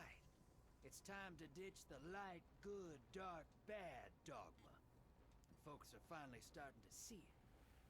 With everything that's at stake, you are reveling in being right. Just let me have this one, Three Eyes. All right? Just once. I hear Fallen now rally under the banner of Aramis, Shipstealer.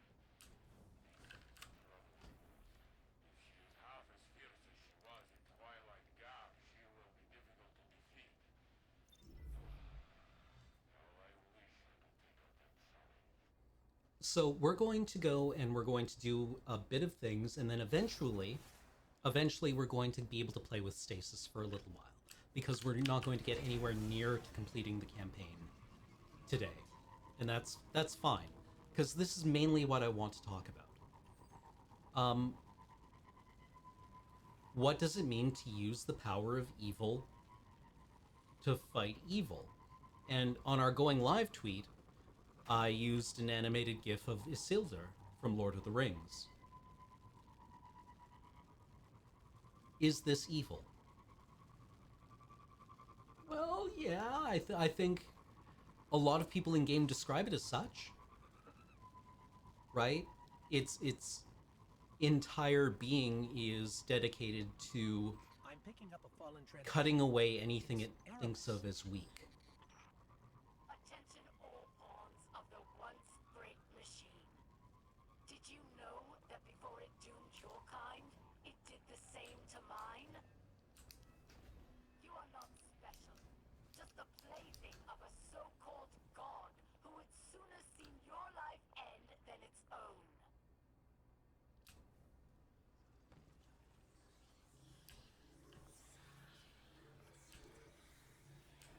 So is Stasis a tool? Well, I mean, that's how Stranger describes it. It's how Eris describes it. It's how the Drifter describes it. And you'll notice there, it froze us solid. We were immersed in the darkness. And now we've got it. Oh, what does it do? Seems to work.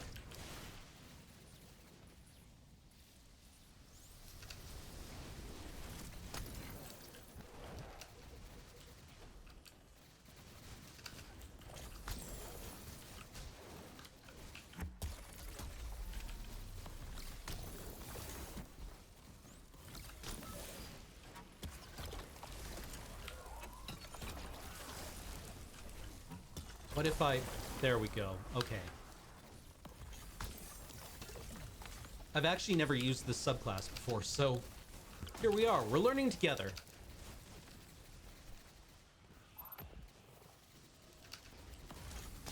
The melee charge does not need any wind-up.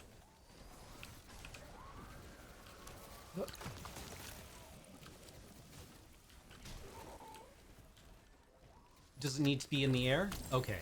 It doesn't. You need to jump. I like this.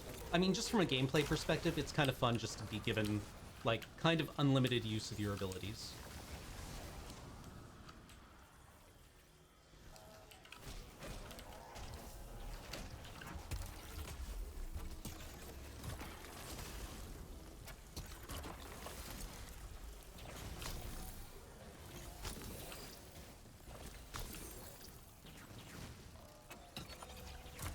Oh, thank God I landed on the... No!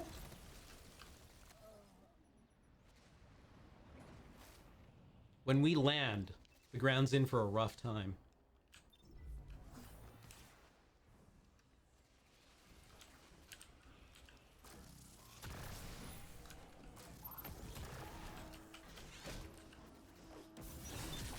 Pardon me.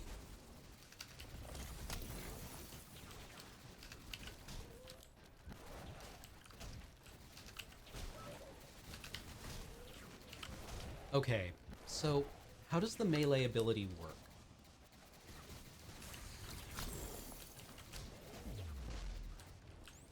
Yeah, it said ready for salvation. Salvation is a word that the darkness uses a lot when it communicates with us. At the end of the Shadowkeep campaign, the vision of the darkness that spoke with us told us that it was our salvation. And I think Zavala literally went, no. Like, was literally like, yeah, no, we're gonna be your salvation, idiots. And it's like, Zavala, please.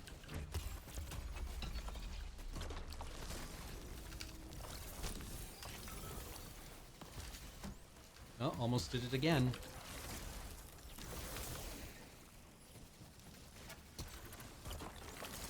You don't have to do anything for it other than be far enough away? Okay.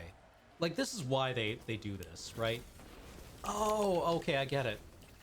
It's got a lunge. I get it. Sorry, I've only died to this melee ability in Crucible, so what's your range? Yeah, it's pretty good. That's too close. What about that? Okay, there's a donut. There's a donut. Hold up, I'm trying to think.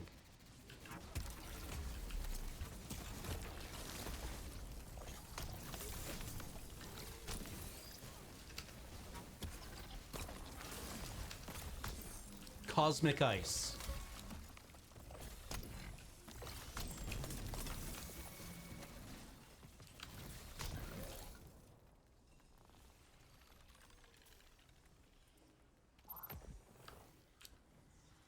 The sound design is so good in this game. And the communion. And then our powers literally, like, I think the visual effect shows it being pulled out of us.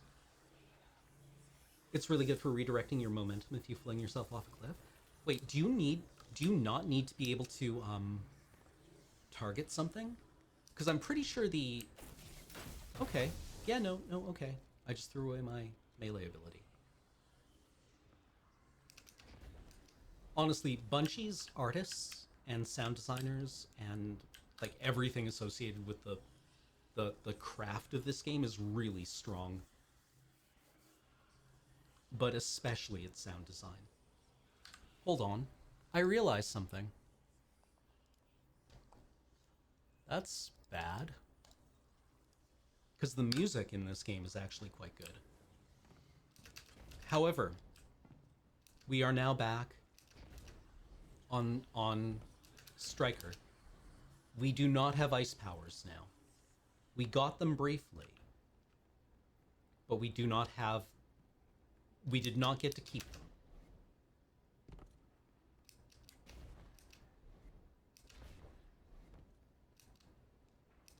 We got to play around with them for a bit. And specifically, we got them to fight something.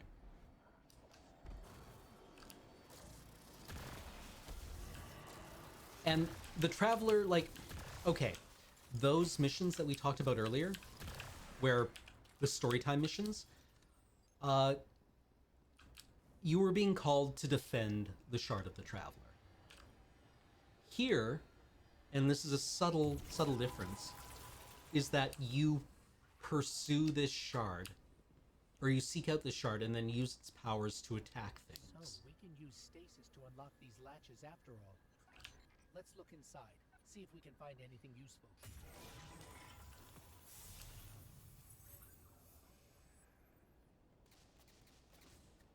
Hey, nerds!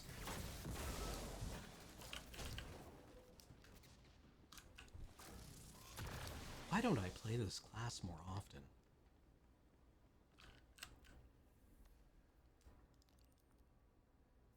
Why are the Vex here?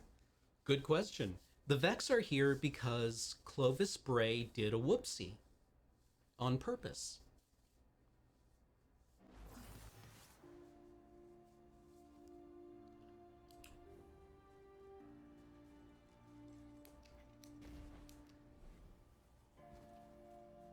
The Vex are here because they escaped.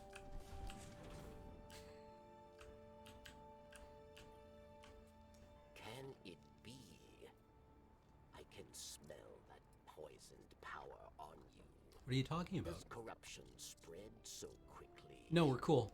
Or do you hope to fight Aramis with her own weapon? No, this is my own weapon now. You walk a very dangerous It's probably fine. path. Take this recklessness to Phylax then, but beware. She is Aramis's most skilled warrior. She made her name at Twilight Gap. Prove yourself a worthy opponent,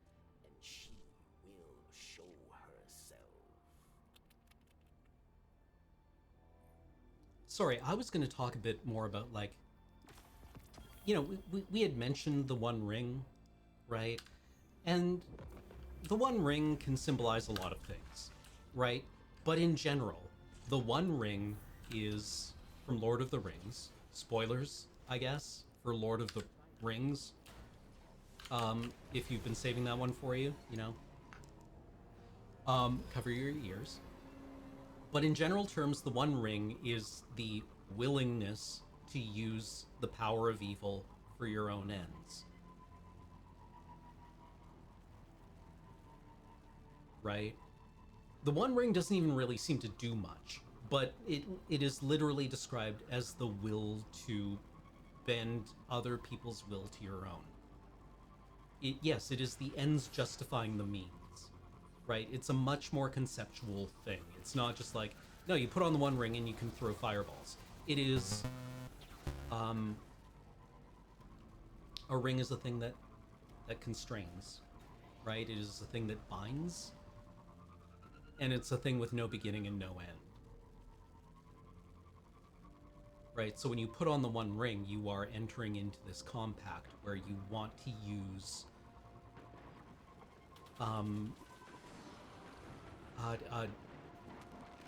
you are essentially seeking power for its own ends. And is that comparable to what we're doing here, right? Like, I feel a lot of the modern interpretations of Batman, like especially the Christopher Nolan interpretations of Batman, fall into that mode of being like, no, it's cool, I can use this because I'm special. Right? I can use the power of the surveillance state. But it's okay because I'm the main character of this story.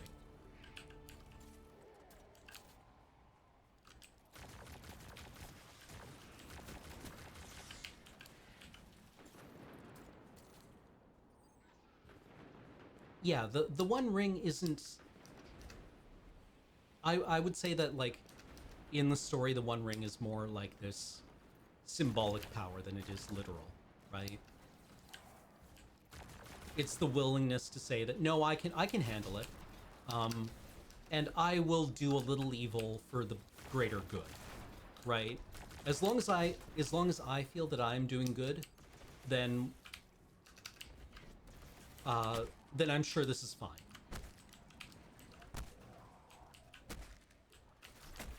Oh, come on, please explode. Thank you.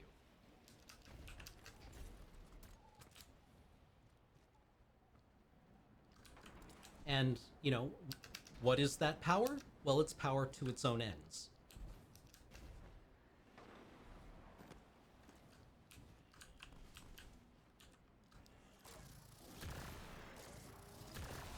It's power as an end in of itself, not towards anything. And, like, is that comparable to what we're doing? Well, number go up. Stasis will help our number go up.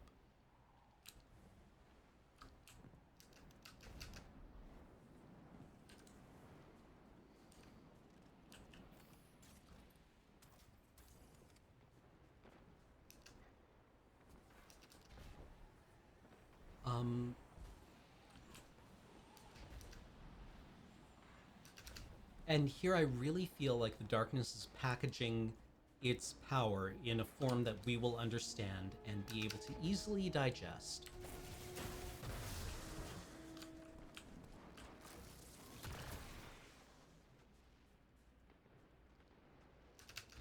Hey you, are you a nerd? You are not.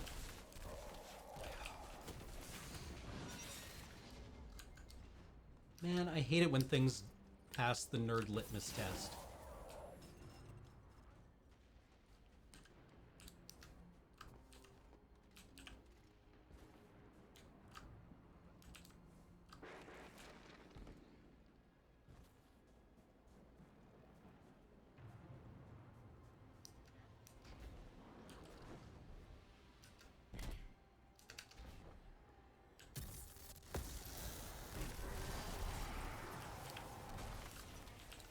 Boing!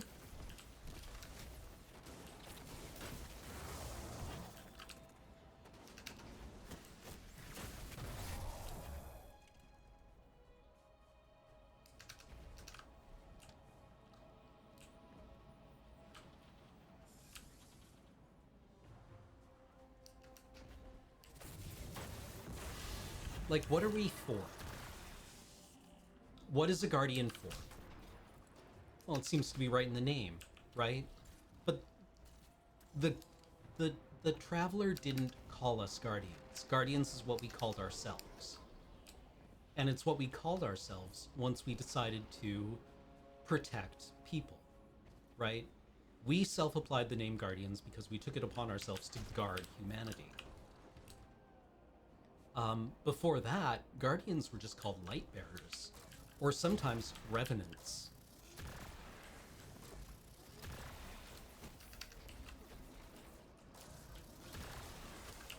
Sometimes Reborn.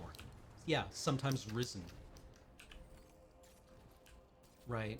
Like, Guardians were not always good, and are frequently now not even always good. Right? Risen were what humans called us when they first saw us. Because frequently, Guardians just decided to become warlords. My legs!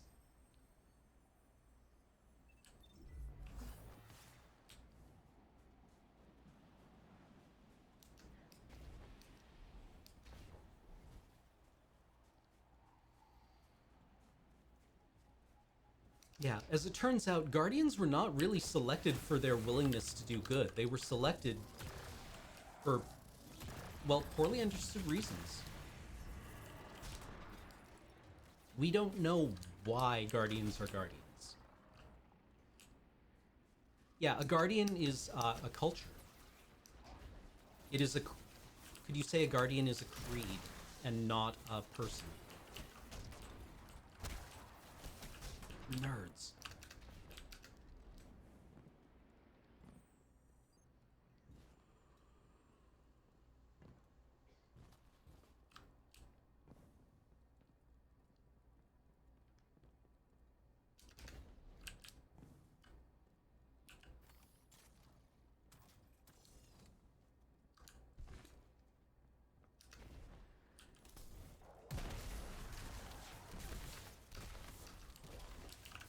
Hold still. I need to collapse your skull.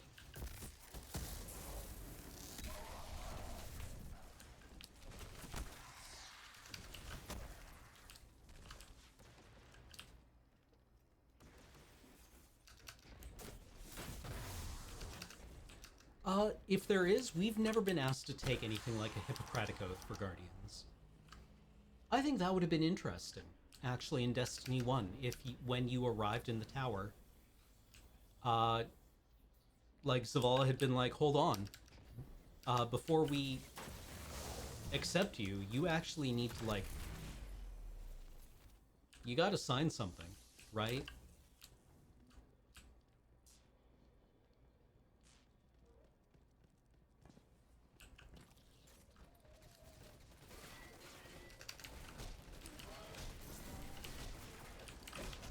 Please?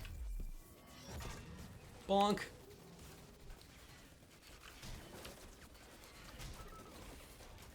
We have little Robros.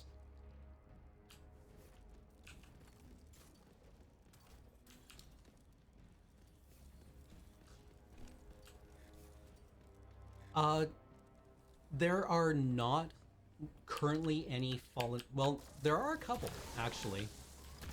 As we found out, was it last year, 2 years ago? There are considerably more bad Guardians than we had thought.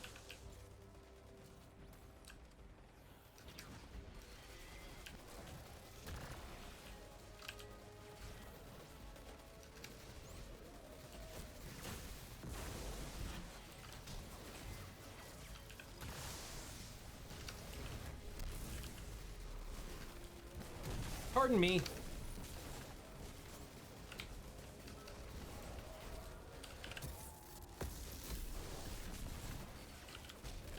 Oh, hi!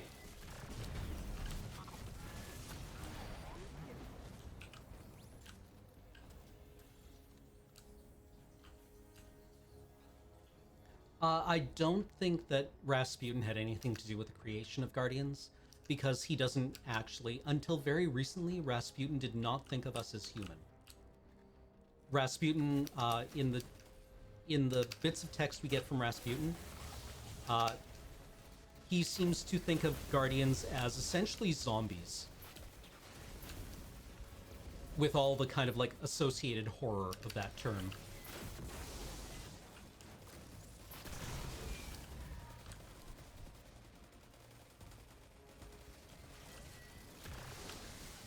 And he seems to think of us as an impediment to his ability to defend humanity. That Rasputin definitely seemed to think of Guardians as something that needed to be exterminated.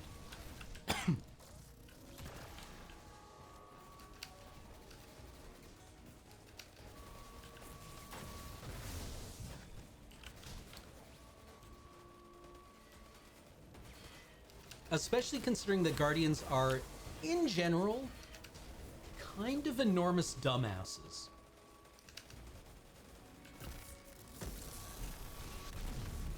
Pardon me.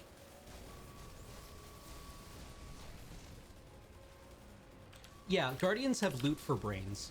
We're not very bright.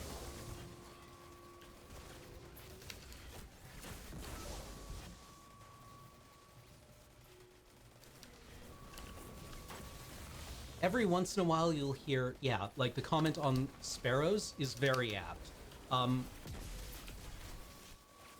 Every once in a while you'll hear a normal human comment on sparrows and be like, what the fuck is that?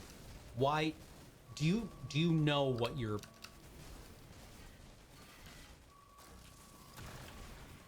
Do you know that you're just riding around a rocket engine with a seat?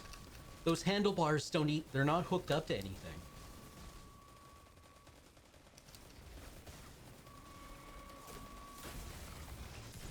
Okay, yours is bigger. Oh,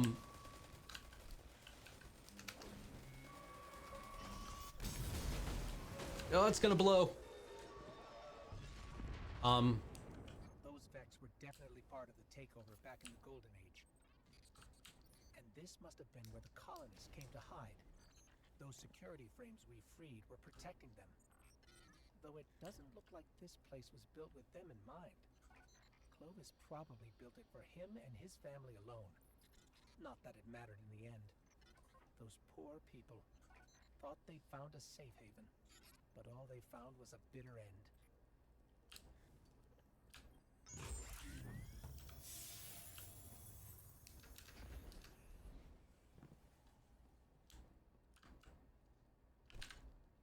Oh, look, it's a picture of two children. Well, it's probably nothing.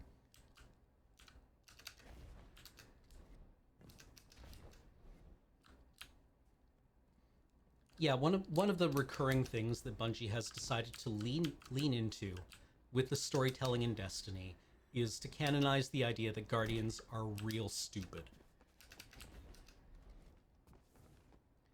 That all of the behavior you associate with gamers in-game, that's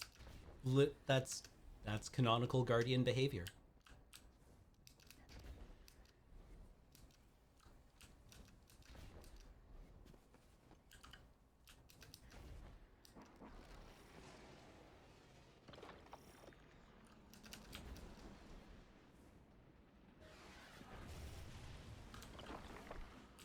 This is an undetermined number of years in the future, from what I understand. The Golden Age lasted long enough for us to know that human lifespan had been tripled. Right, so that implies several centuries at least.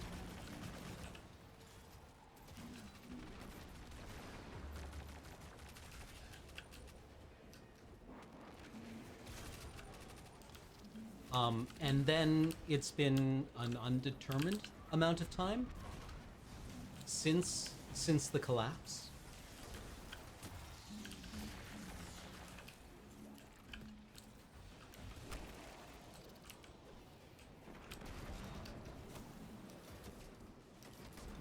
Are there any more drones?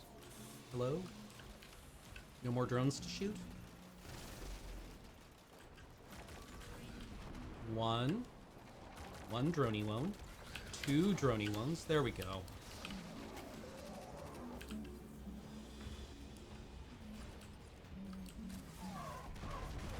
Yeah, I mean, like, the game mechanics don't select for guardians that have a strong sense of self-preservation and operate in anything other than, like, I wonder what this does mode.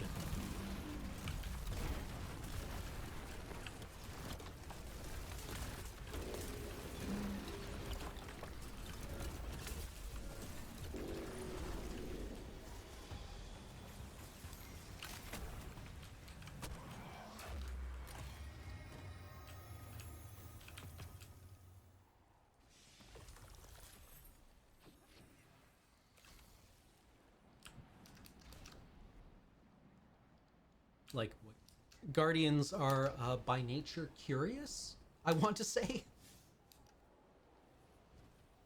Curious and goal oriented.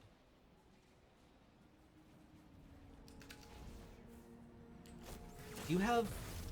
Oh, come on. Boo! I want my ability back. Can't believe it.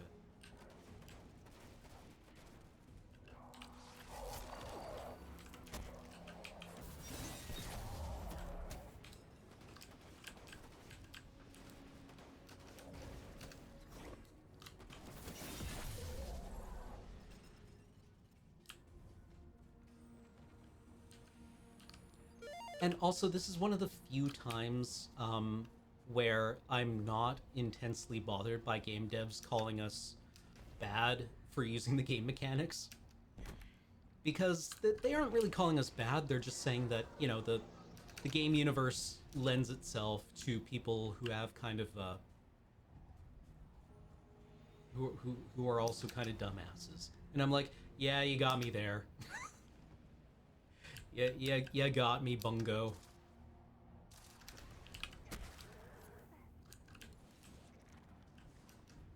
Right, like, Spec Ops The Line. You know, it's like, you created a war crime because that was the only option we gave you to advance the game. And I'm like, yeah, I guess I did that. But here, being called a dumbass by the game doesn't feel as bad. Because honestly, I didn't really try anything else.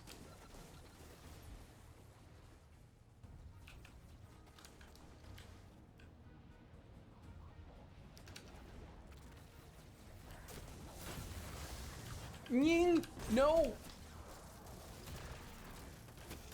Oh, that's something I should do. Actually, chat, would you mind if I...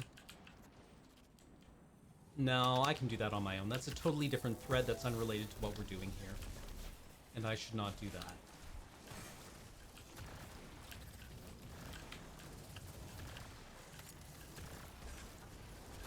I was going to go and do, well, this on my main.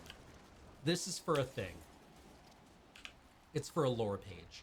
But it's actually kind of like a totally different plot thread than the one that we've been talking about. So I'm not going to.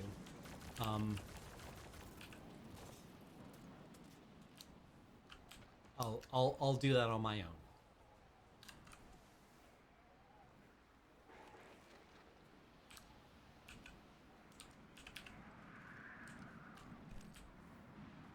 Titan is not my main. I'm a Warlock main. Every time I pick up my Striker again, I'm reminded of what a fun class Code of the Missile is. Hey, nerd! Ow! Oh, right in the... Ah! Ow, when you punch Rebar dead on. Ow! That sucked. Okay.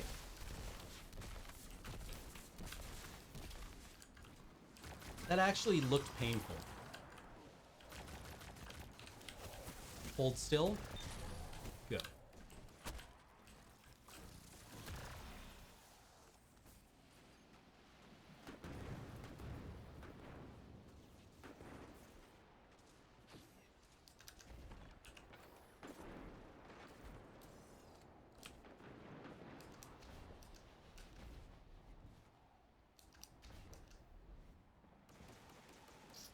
What am I actually supposed to be doing here? Right. I'm not supposed to be doing anything here.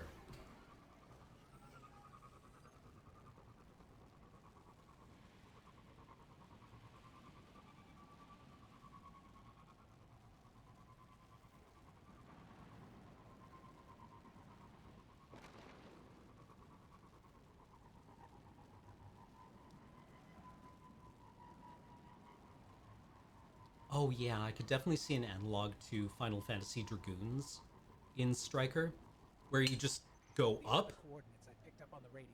and then Lilac says troops when you patrolling come this area. down, that's when you see some real shit. I have seen Dungeons and Destiny. I'm not actually super enthusiastic about it. I don't think D&D is a good match for Destiny.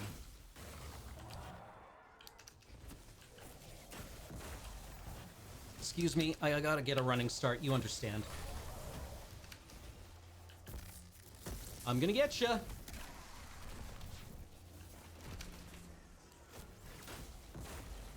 Ah! You suck. Nobody likes you.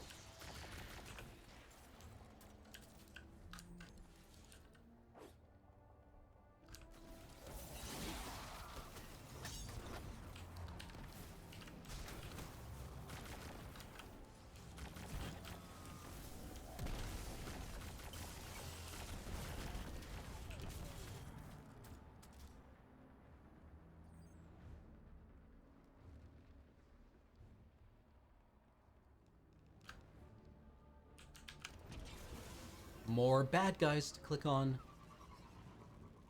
Hey Cameron, aren't the Elixni also an endangered species? Yeah? Why do you ask? No reason.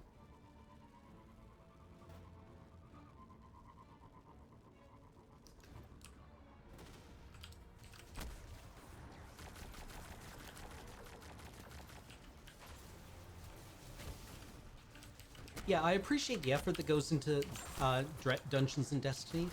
I don't think the rule system is a great match for the game material. I think Exalted would actually be, like, would be the better match. Although I don't know, like, Exalted's dice system is probably Garbo. But it needs something that gives, like...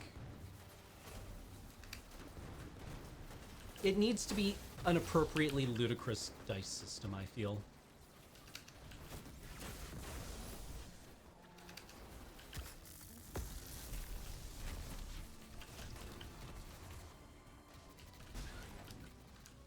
Exalted is, well, it's a World of, it's a White Wolf game, but it is, not World of Darkness.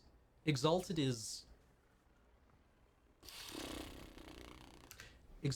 quite high-powered, coming from somebody who used to play Mage.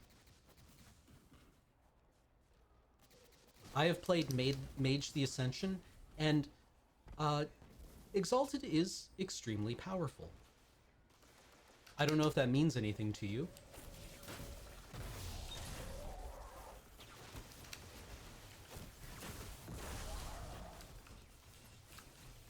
But the dice pools in Exalted can be quite large.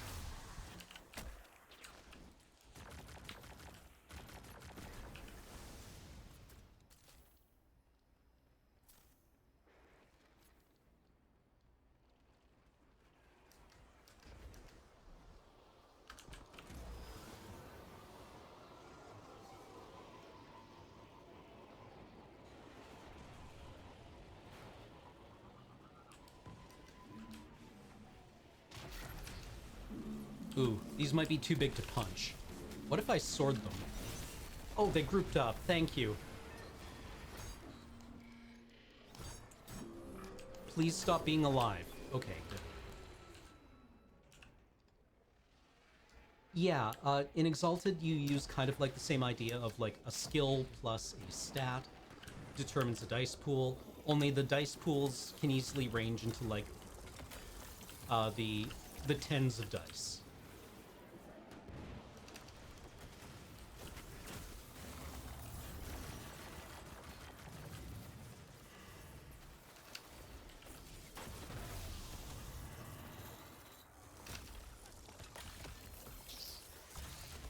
Don't care for it. You, go away. I said, go away. Ow.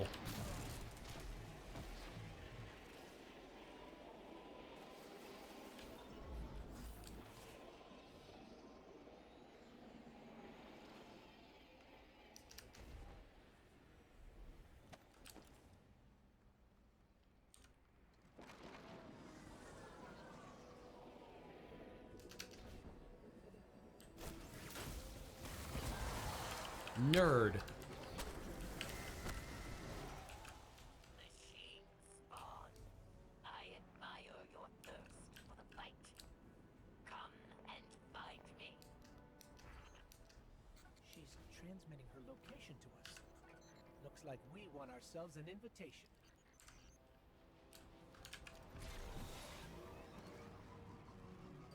Oh. Treasure. Unlock suspicious looking thing. I'm sure it's fine. Uh-oh. Data key destructive.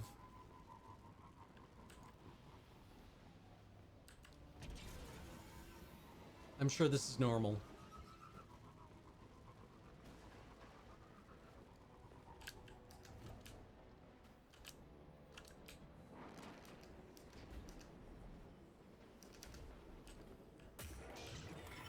Ah, good.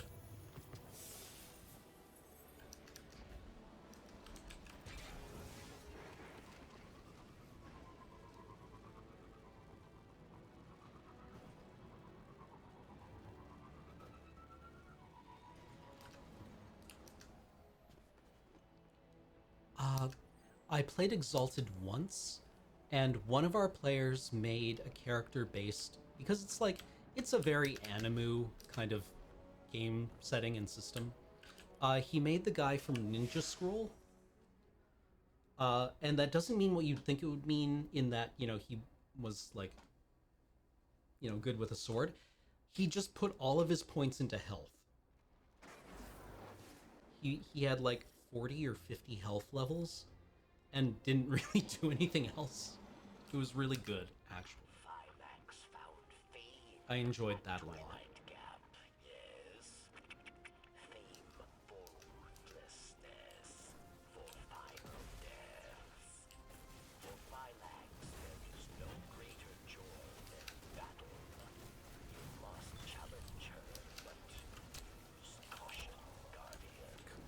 Caution? Use caution, Guardian. That is not a combination of words that you should ever use. Varix. I don't know why it's me telling you this, but use caution, Guardian is...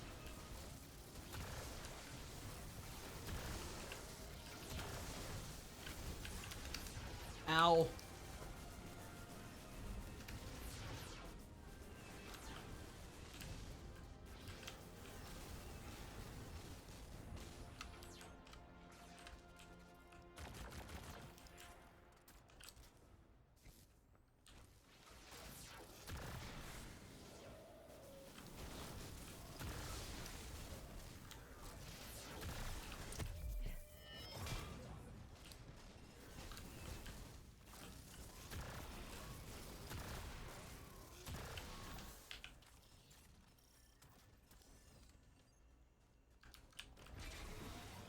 Yeah, I'll use caution when I'm trying to get a deathless raid run in. Or a flawless raid run in. But Varix, this is a story mission, please. No. They say you are a great warrior. And you have challenged Eremiskell once before. Oh yeah, 0 hour.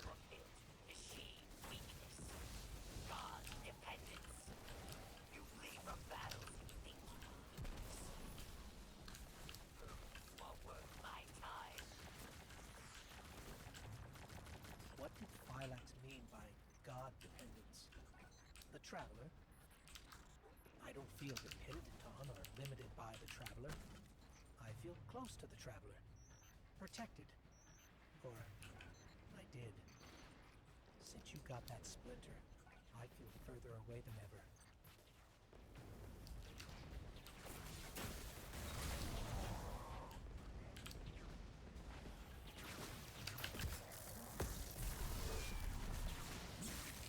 broken.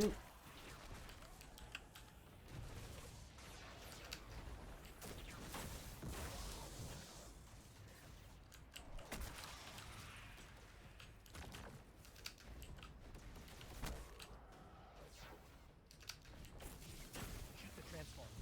I think that will disable the barrier.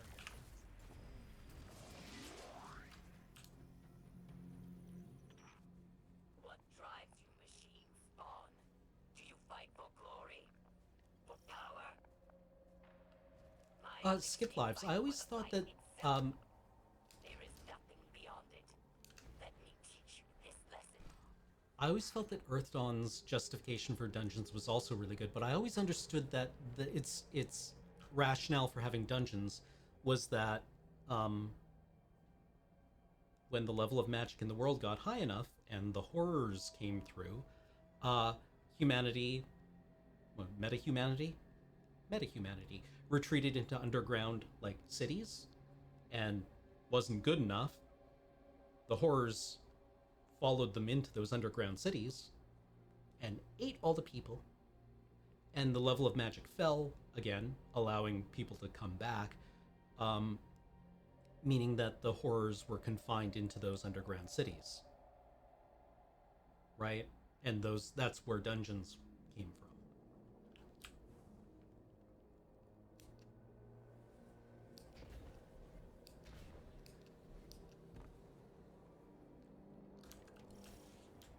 Oh, really? Aramis will reference killing Oryx? Cool. I always feel a bit sad that I didn't get to really play Destiny on PlayStation. It seemed like a good time.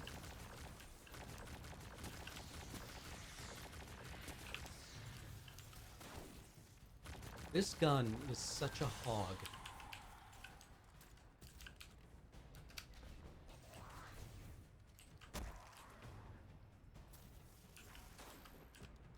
Hey, Matt, how's it going? Anyway, what were we talking about? We want to talk about what it means to wield the power of darkness. Have we explored that idea? Well, not really. So I suppose my thesis statement is kind of up the river at this point in the stream.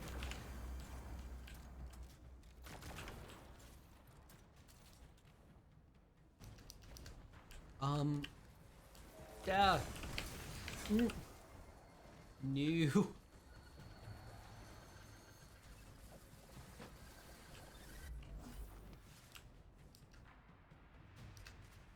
Basically, I wanted to really talk a bit about, like, what wielding darkness means for our Guardian. And kind of the cavalier attitude that the game has towards it. You know what I should check out, actually? What is the attitude of people in this game towards the darkness? Let's go have a conversation that I've been dreading. Will there even be a conversation?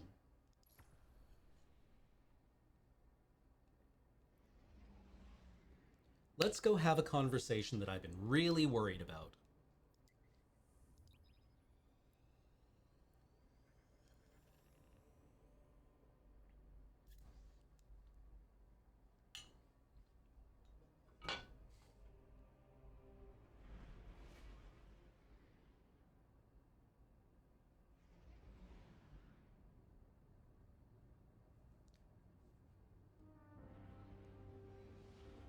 Also, unnerf Shadebinder, Bungie. This is my controversial opinion on it, was that Shadebinder's melee ability, the range on it was too long. Warlock have a melee ability. You saw me using the Titan melee ability a little while ago. You know, where you jump up in the sky and then you, like, Falcon punch some nerds. The Warlock stasis melee ability freezes people at range. And it used to have, like, what, a 32-meter range? Something ludicrous. And it got nerfed down to 12 meters. because people were mad about it in PvP, and probably justifiably so. I did grind out the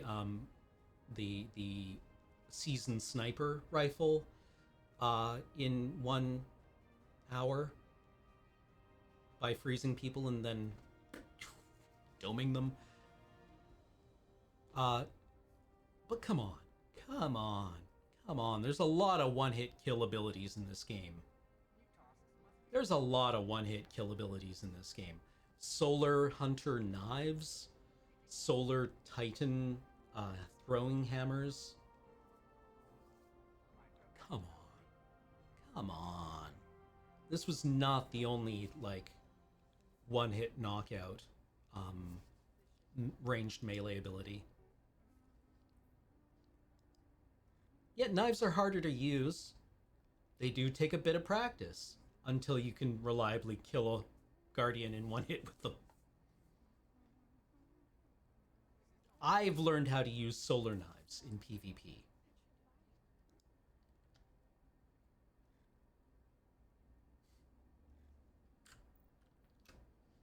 You can do trick shots with them now.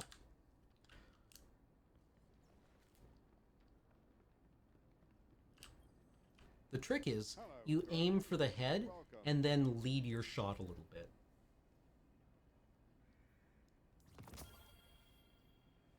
If you're telling me that stasis melee was more powerful than solar knives or solar hammer, take your lies somewhere else. I rebuke them. I rebuke it in the strongest possible terms.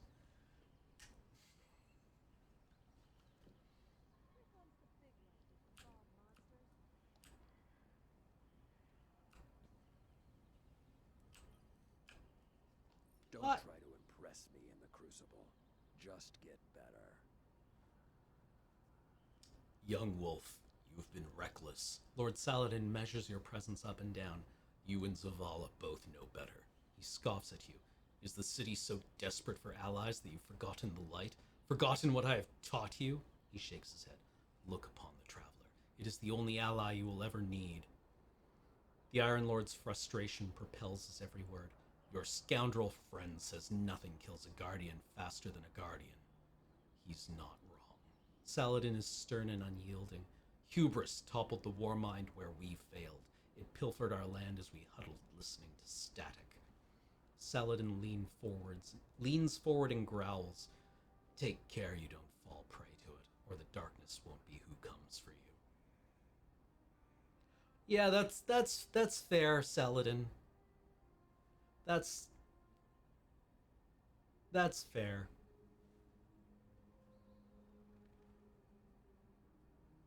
That's reasonable.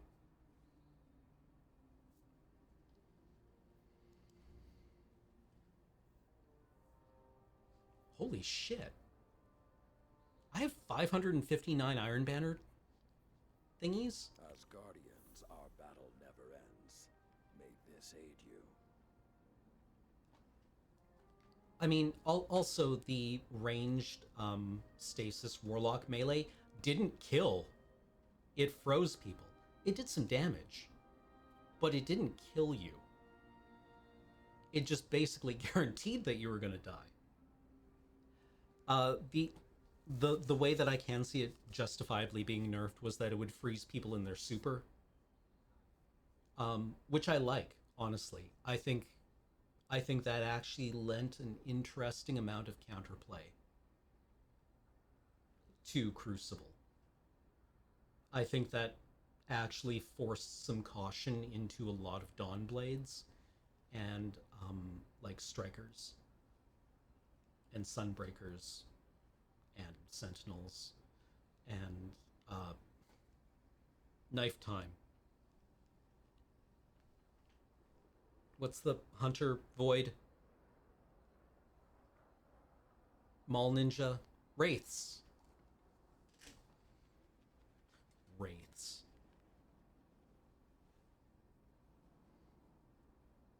I mean, Warlocks did have the ability to stop supers. It was called Nova Bomb.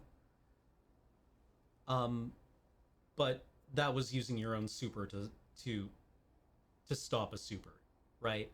Stasis punished people who just W'd at you with a shotgun. Which, you know, on one hand, I'm like, but I enjoyed holding down W. And then clicking on the other player. I thought that was fun. But on the other hand, I also didn't like when people did it to me. Yeah, Titans have suppressor grenades, and Hunters had pew. Chaos Reach also shut down supers. Yeah. Void Anchor. May you grow from this. Tether.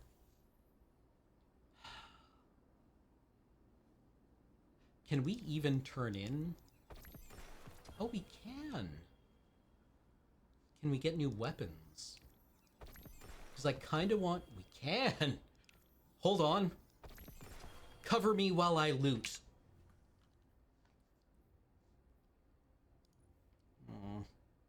I was hoping for... this is actually not a very good roll either. Ooh, that handling stat. That's no good.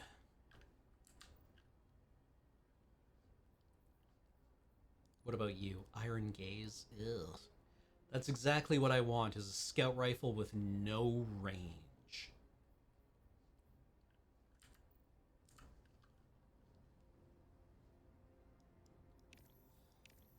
I want one of the hand cannons with Wellspring.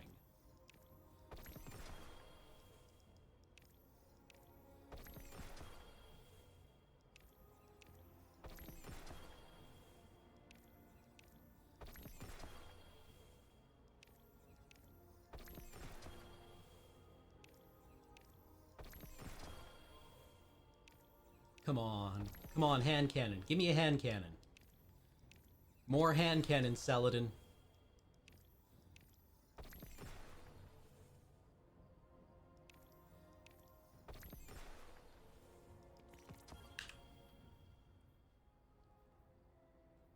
Slot osmosis? Ew.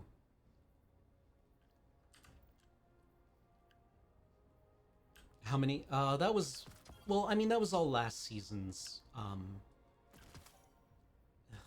Zen Moment Iron Gate. No, I want steady hand... Like, I feel the 120 hand cannons really need snapshots. Hey, like this. Not this, though. I've already got a Bite of the Fox that I really like. I've got my opening shot snapshot sights, Bite of the Fox, and it's a succulent weapon. It is just I highly recommend if you...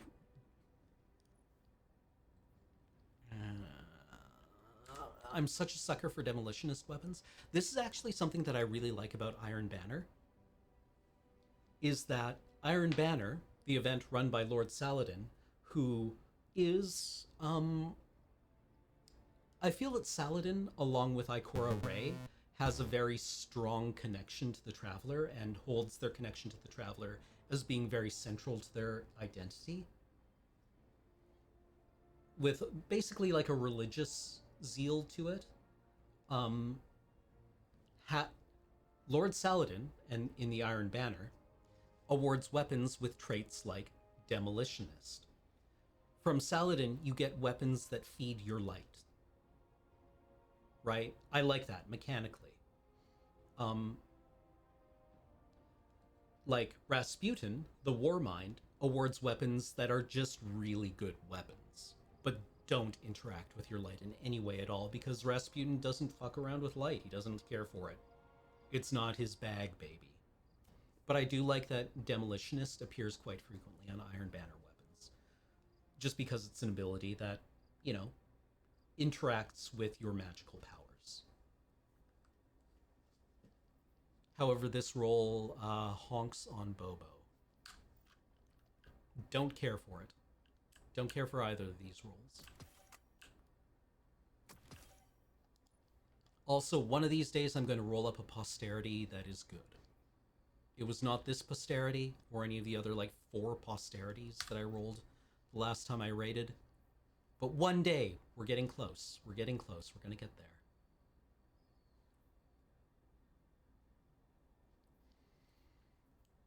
So I do like also that Saladin scolds you. I mean, I don't like being scolded by Saladin. No, not really, but interesting.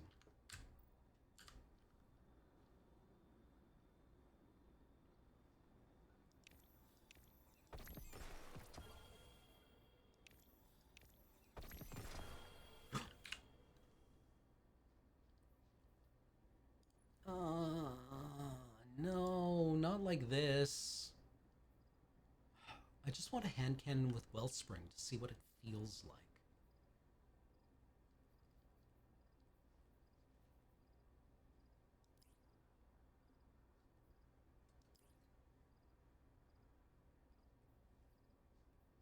Like, I feel that this also needs fast draw.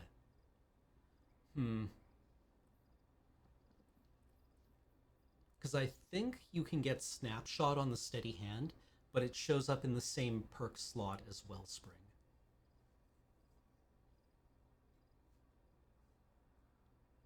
Like, what do you want on the steady hand? I'm assuming it's probably something like Snapshots, or Quick Draw and Opening Shot. Is that a roll you can get on this weapon? Is there a good version of this gun? Is the question I'm asking.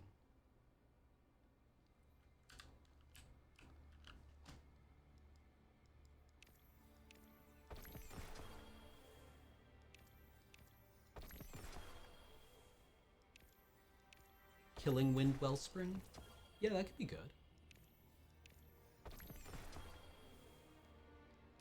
Enough bites of the fox, Saladin? No, no, no, none of these. None of this. Snapshot opening shot, please.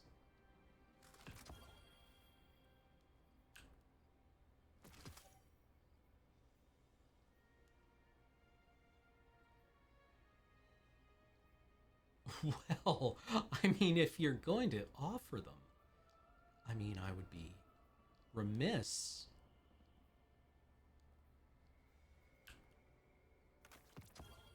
It's okay, it's an okay weapon. Fair enough. Ew, 57s. Gross.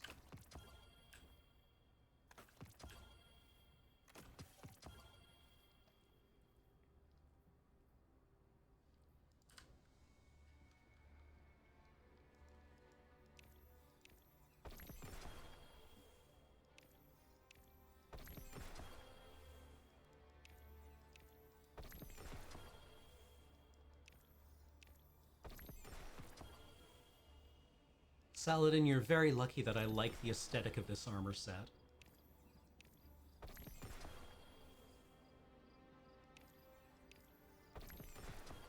Yeah, like, Cold Hands, I think I agree with you there, that I think, at least at my skill level in Crucible, I really want weapons that help me get the first kill instead of help me get the second kill.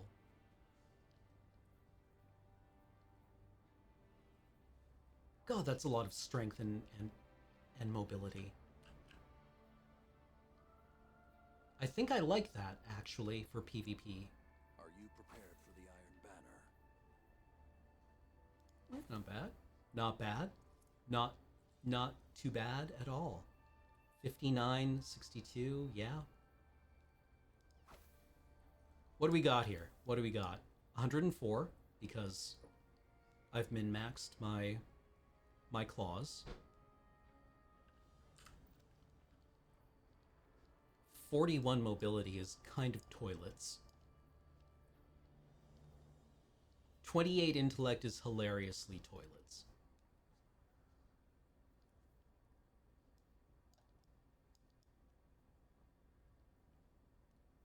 Our Guardian is a I like this armor set. than any external enemy. Okay, I'm honestly really glad that Saladin is like, I will end you. Weapons and armor can only Just so you know. I am watching and I will come for you if you step over the line.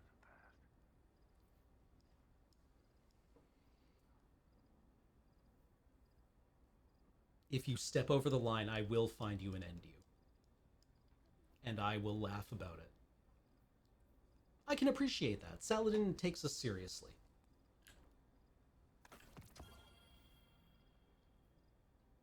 grow stronger. You must. This city needs you. Like, in Crucible, I feel intellect is really important. Because supers are really important. But what if... Fellwinter would have embraced these this stats are power with the Red Legion. Garbo. Okay, well, what do we need more of? We honestly need more mobility. I don't like having so little mobility on a PvP set. I would like to get it over 50. So that's good. Our recovery also, I feel, is quite important. It is your weapon. In PvP. Being a guardian 40 is not great, but it's not bad. you're a protector of Then the last intellect. humanity, that you have a duty to this tower, to this city, to keep it safe.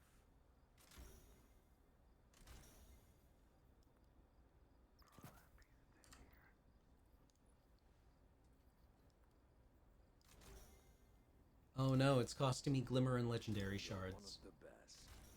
The Iron Banner breaks the best. And then, yeah. Oh, where's my Marty? Where's Marty? I don't have Dim open. This is at the office.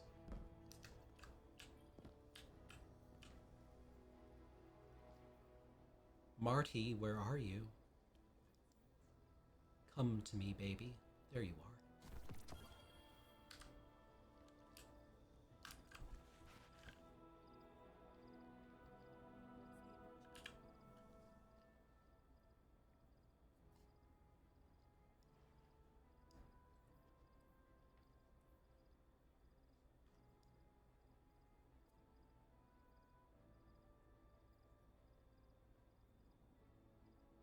Yeah, this is fine. This is fine. Actually, we can go down to a +5 mod there. Or, yeah.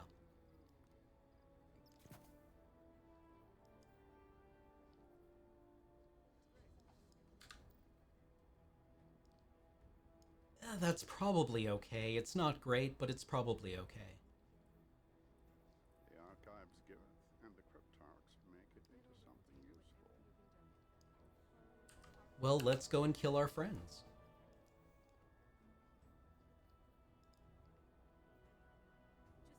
Ooh, actually, no, I can't. It is 4:30 and it is time for me to wrap up the stream.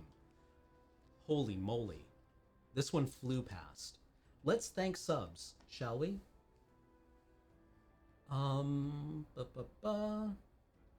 Okay. TCat13, resub for the 38th month. Sprunderscore for the 47th month. Great Wahuni, resub for the 36th month. Happy 3 years, saying hello. Lord Crusher gave 100 bits, saying, hey Cameron, Space Wizard chores are fun. I hope so. Grumbling Moblin has resubbed for the 62nd month. Big Core 917 has resubbed for the 44th. Duckydale 594 came back for the 16th month. Hey, that's a prime number. Big Zaws subscribed for the 47th month, saying, sweet, more Destiny. I agree. 10th Tech Priest resubbed for the 37th month. Cassie 13 resubbed for the 47th month. Powa of Pi resubbed for the 18th month, saying, NGL, I thought I walked in on an ad, not a cutscene. Twilight Avalon resubbed for the 36th month, saying 3 years of lure, Beyond Light has been wonderful for me and has been great. Deepstone Crypt is great and the lore is fun and interesting. Remember that hunters are best, warlocks are nerds, and titans are decent. Yeah, generally speaking, yeah. Looming Panda came back for the 30th month. She's Narrating has come back for the 14th. Splosion for the 46th. Drago Knight 101 for the 30th month. Illusion resub for the 2nd month. Thank you for coming back. Saying A Tale of 2 Months. It was the best of times. It was the worst of times. Anasaurus has resubbed for the 6th month, saying, "Hi Cam, have fun with the game. I hope to." Romanian Maya Scutcheon gave 1,000 bits. Wow, thank you. Saying, "I'm a simple man. I see Destiny talking sim. I give biddies." Thanks, Cam. Thank you. Pyrehand came back for the 18th month. Always great to catch Destiny on talking sim. And Sakiel1 is resubbed for the 84th month, saying 7 years. 7 years. Okay, so what's my so what for this stream? My so what is that I feel that the game treats your acquisition of stasis powers a little cavalierly, and I really miss the context afforded by the by the submissions or the subclass missions from the Red War. And that being said, I do feel that there are readings of the complete absence of any context for acquiring your stasis powers, apart from like I'm lying when I say there's no context.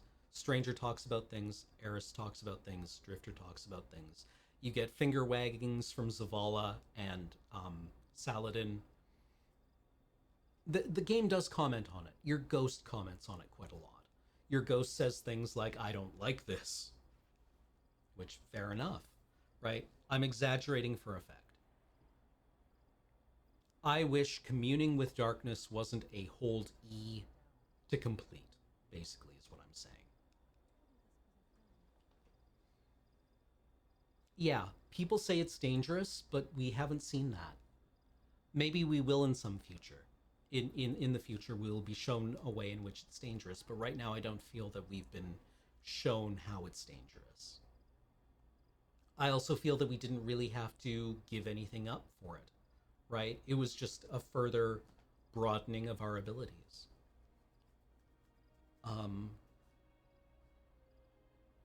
That being said, I think this is fun to play. The game remains fun to play. I just wish the narrative supported the feeling. People tell us we're in dangerous waters, and it doesn't feel like it. Right? But maybe that's part of it. Right? I could also see a reading where the darkness is like, "Hey, why don't you take this and play with it?" And we're like, "Cool.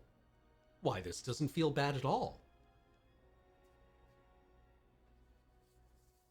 And the darkness is like, "Yes, yes, use it. Embrace the dark side." And we're like, "Loot is great."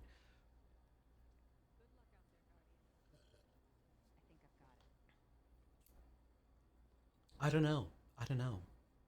I don't even know what it would look like to feel dangerous while using the darkness.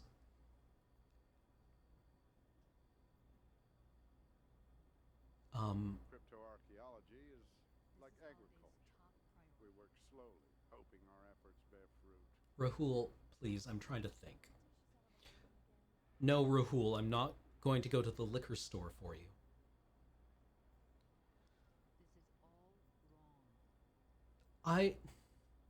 Mechanically, I think it would be interesting if darkness powers fed off themselves. If once you started, like, if darkness powers kind of felt like they were acquiring momentum in-game. What do you think about that, right? Where, like, they start off kind of like maybe a little underpowered, but as you kill things, then you start, like, really generating momentum.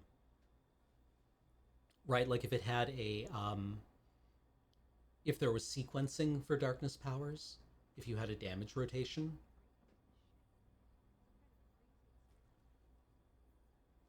Right, where, like, once you started killing with them, you would generate a momentum that you had to kind of sustain.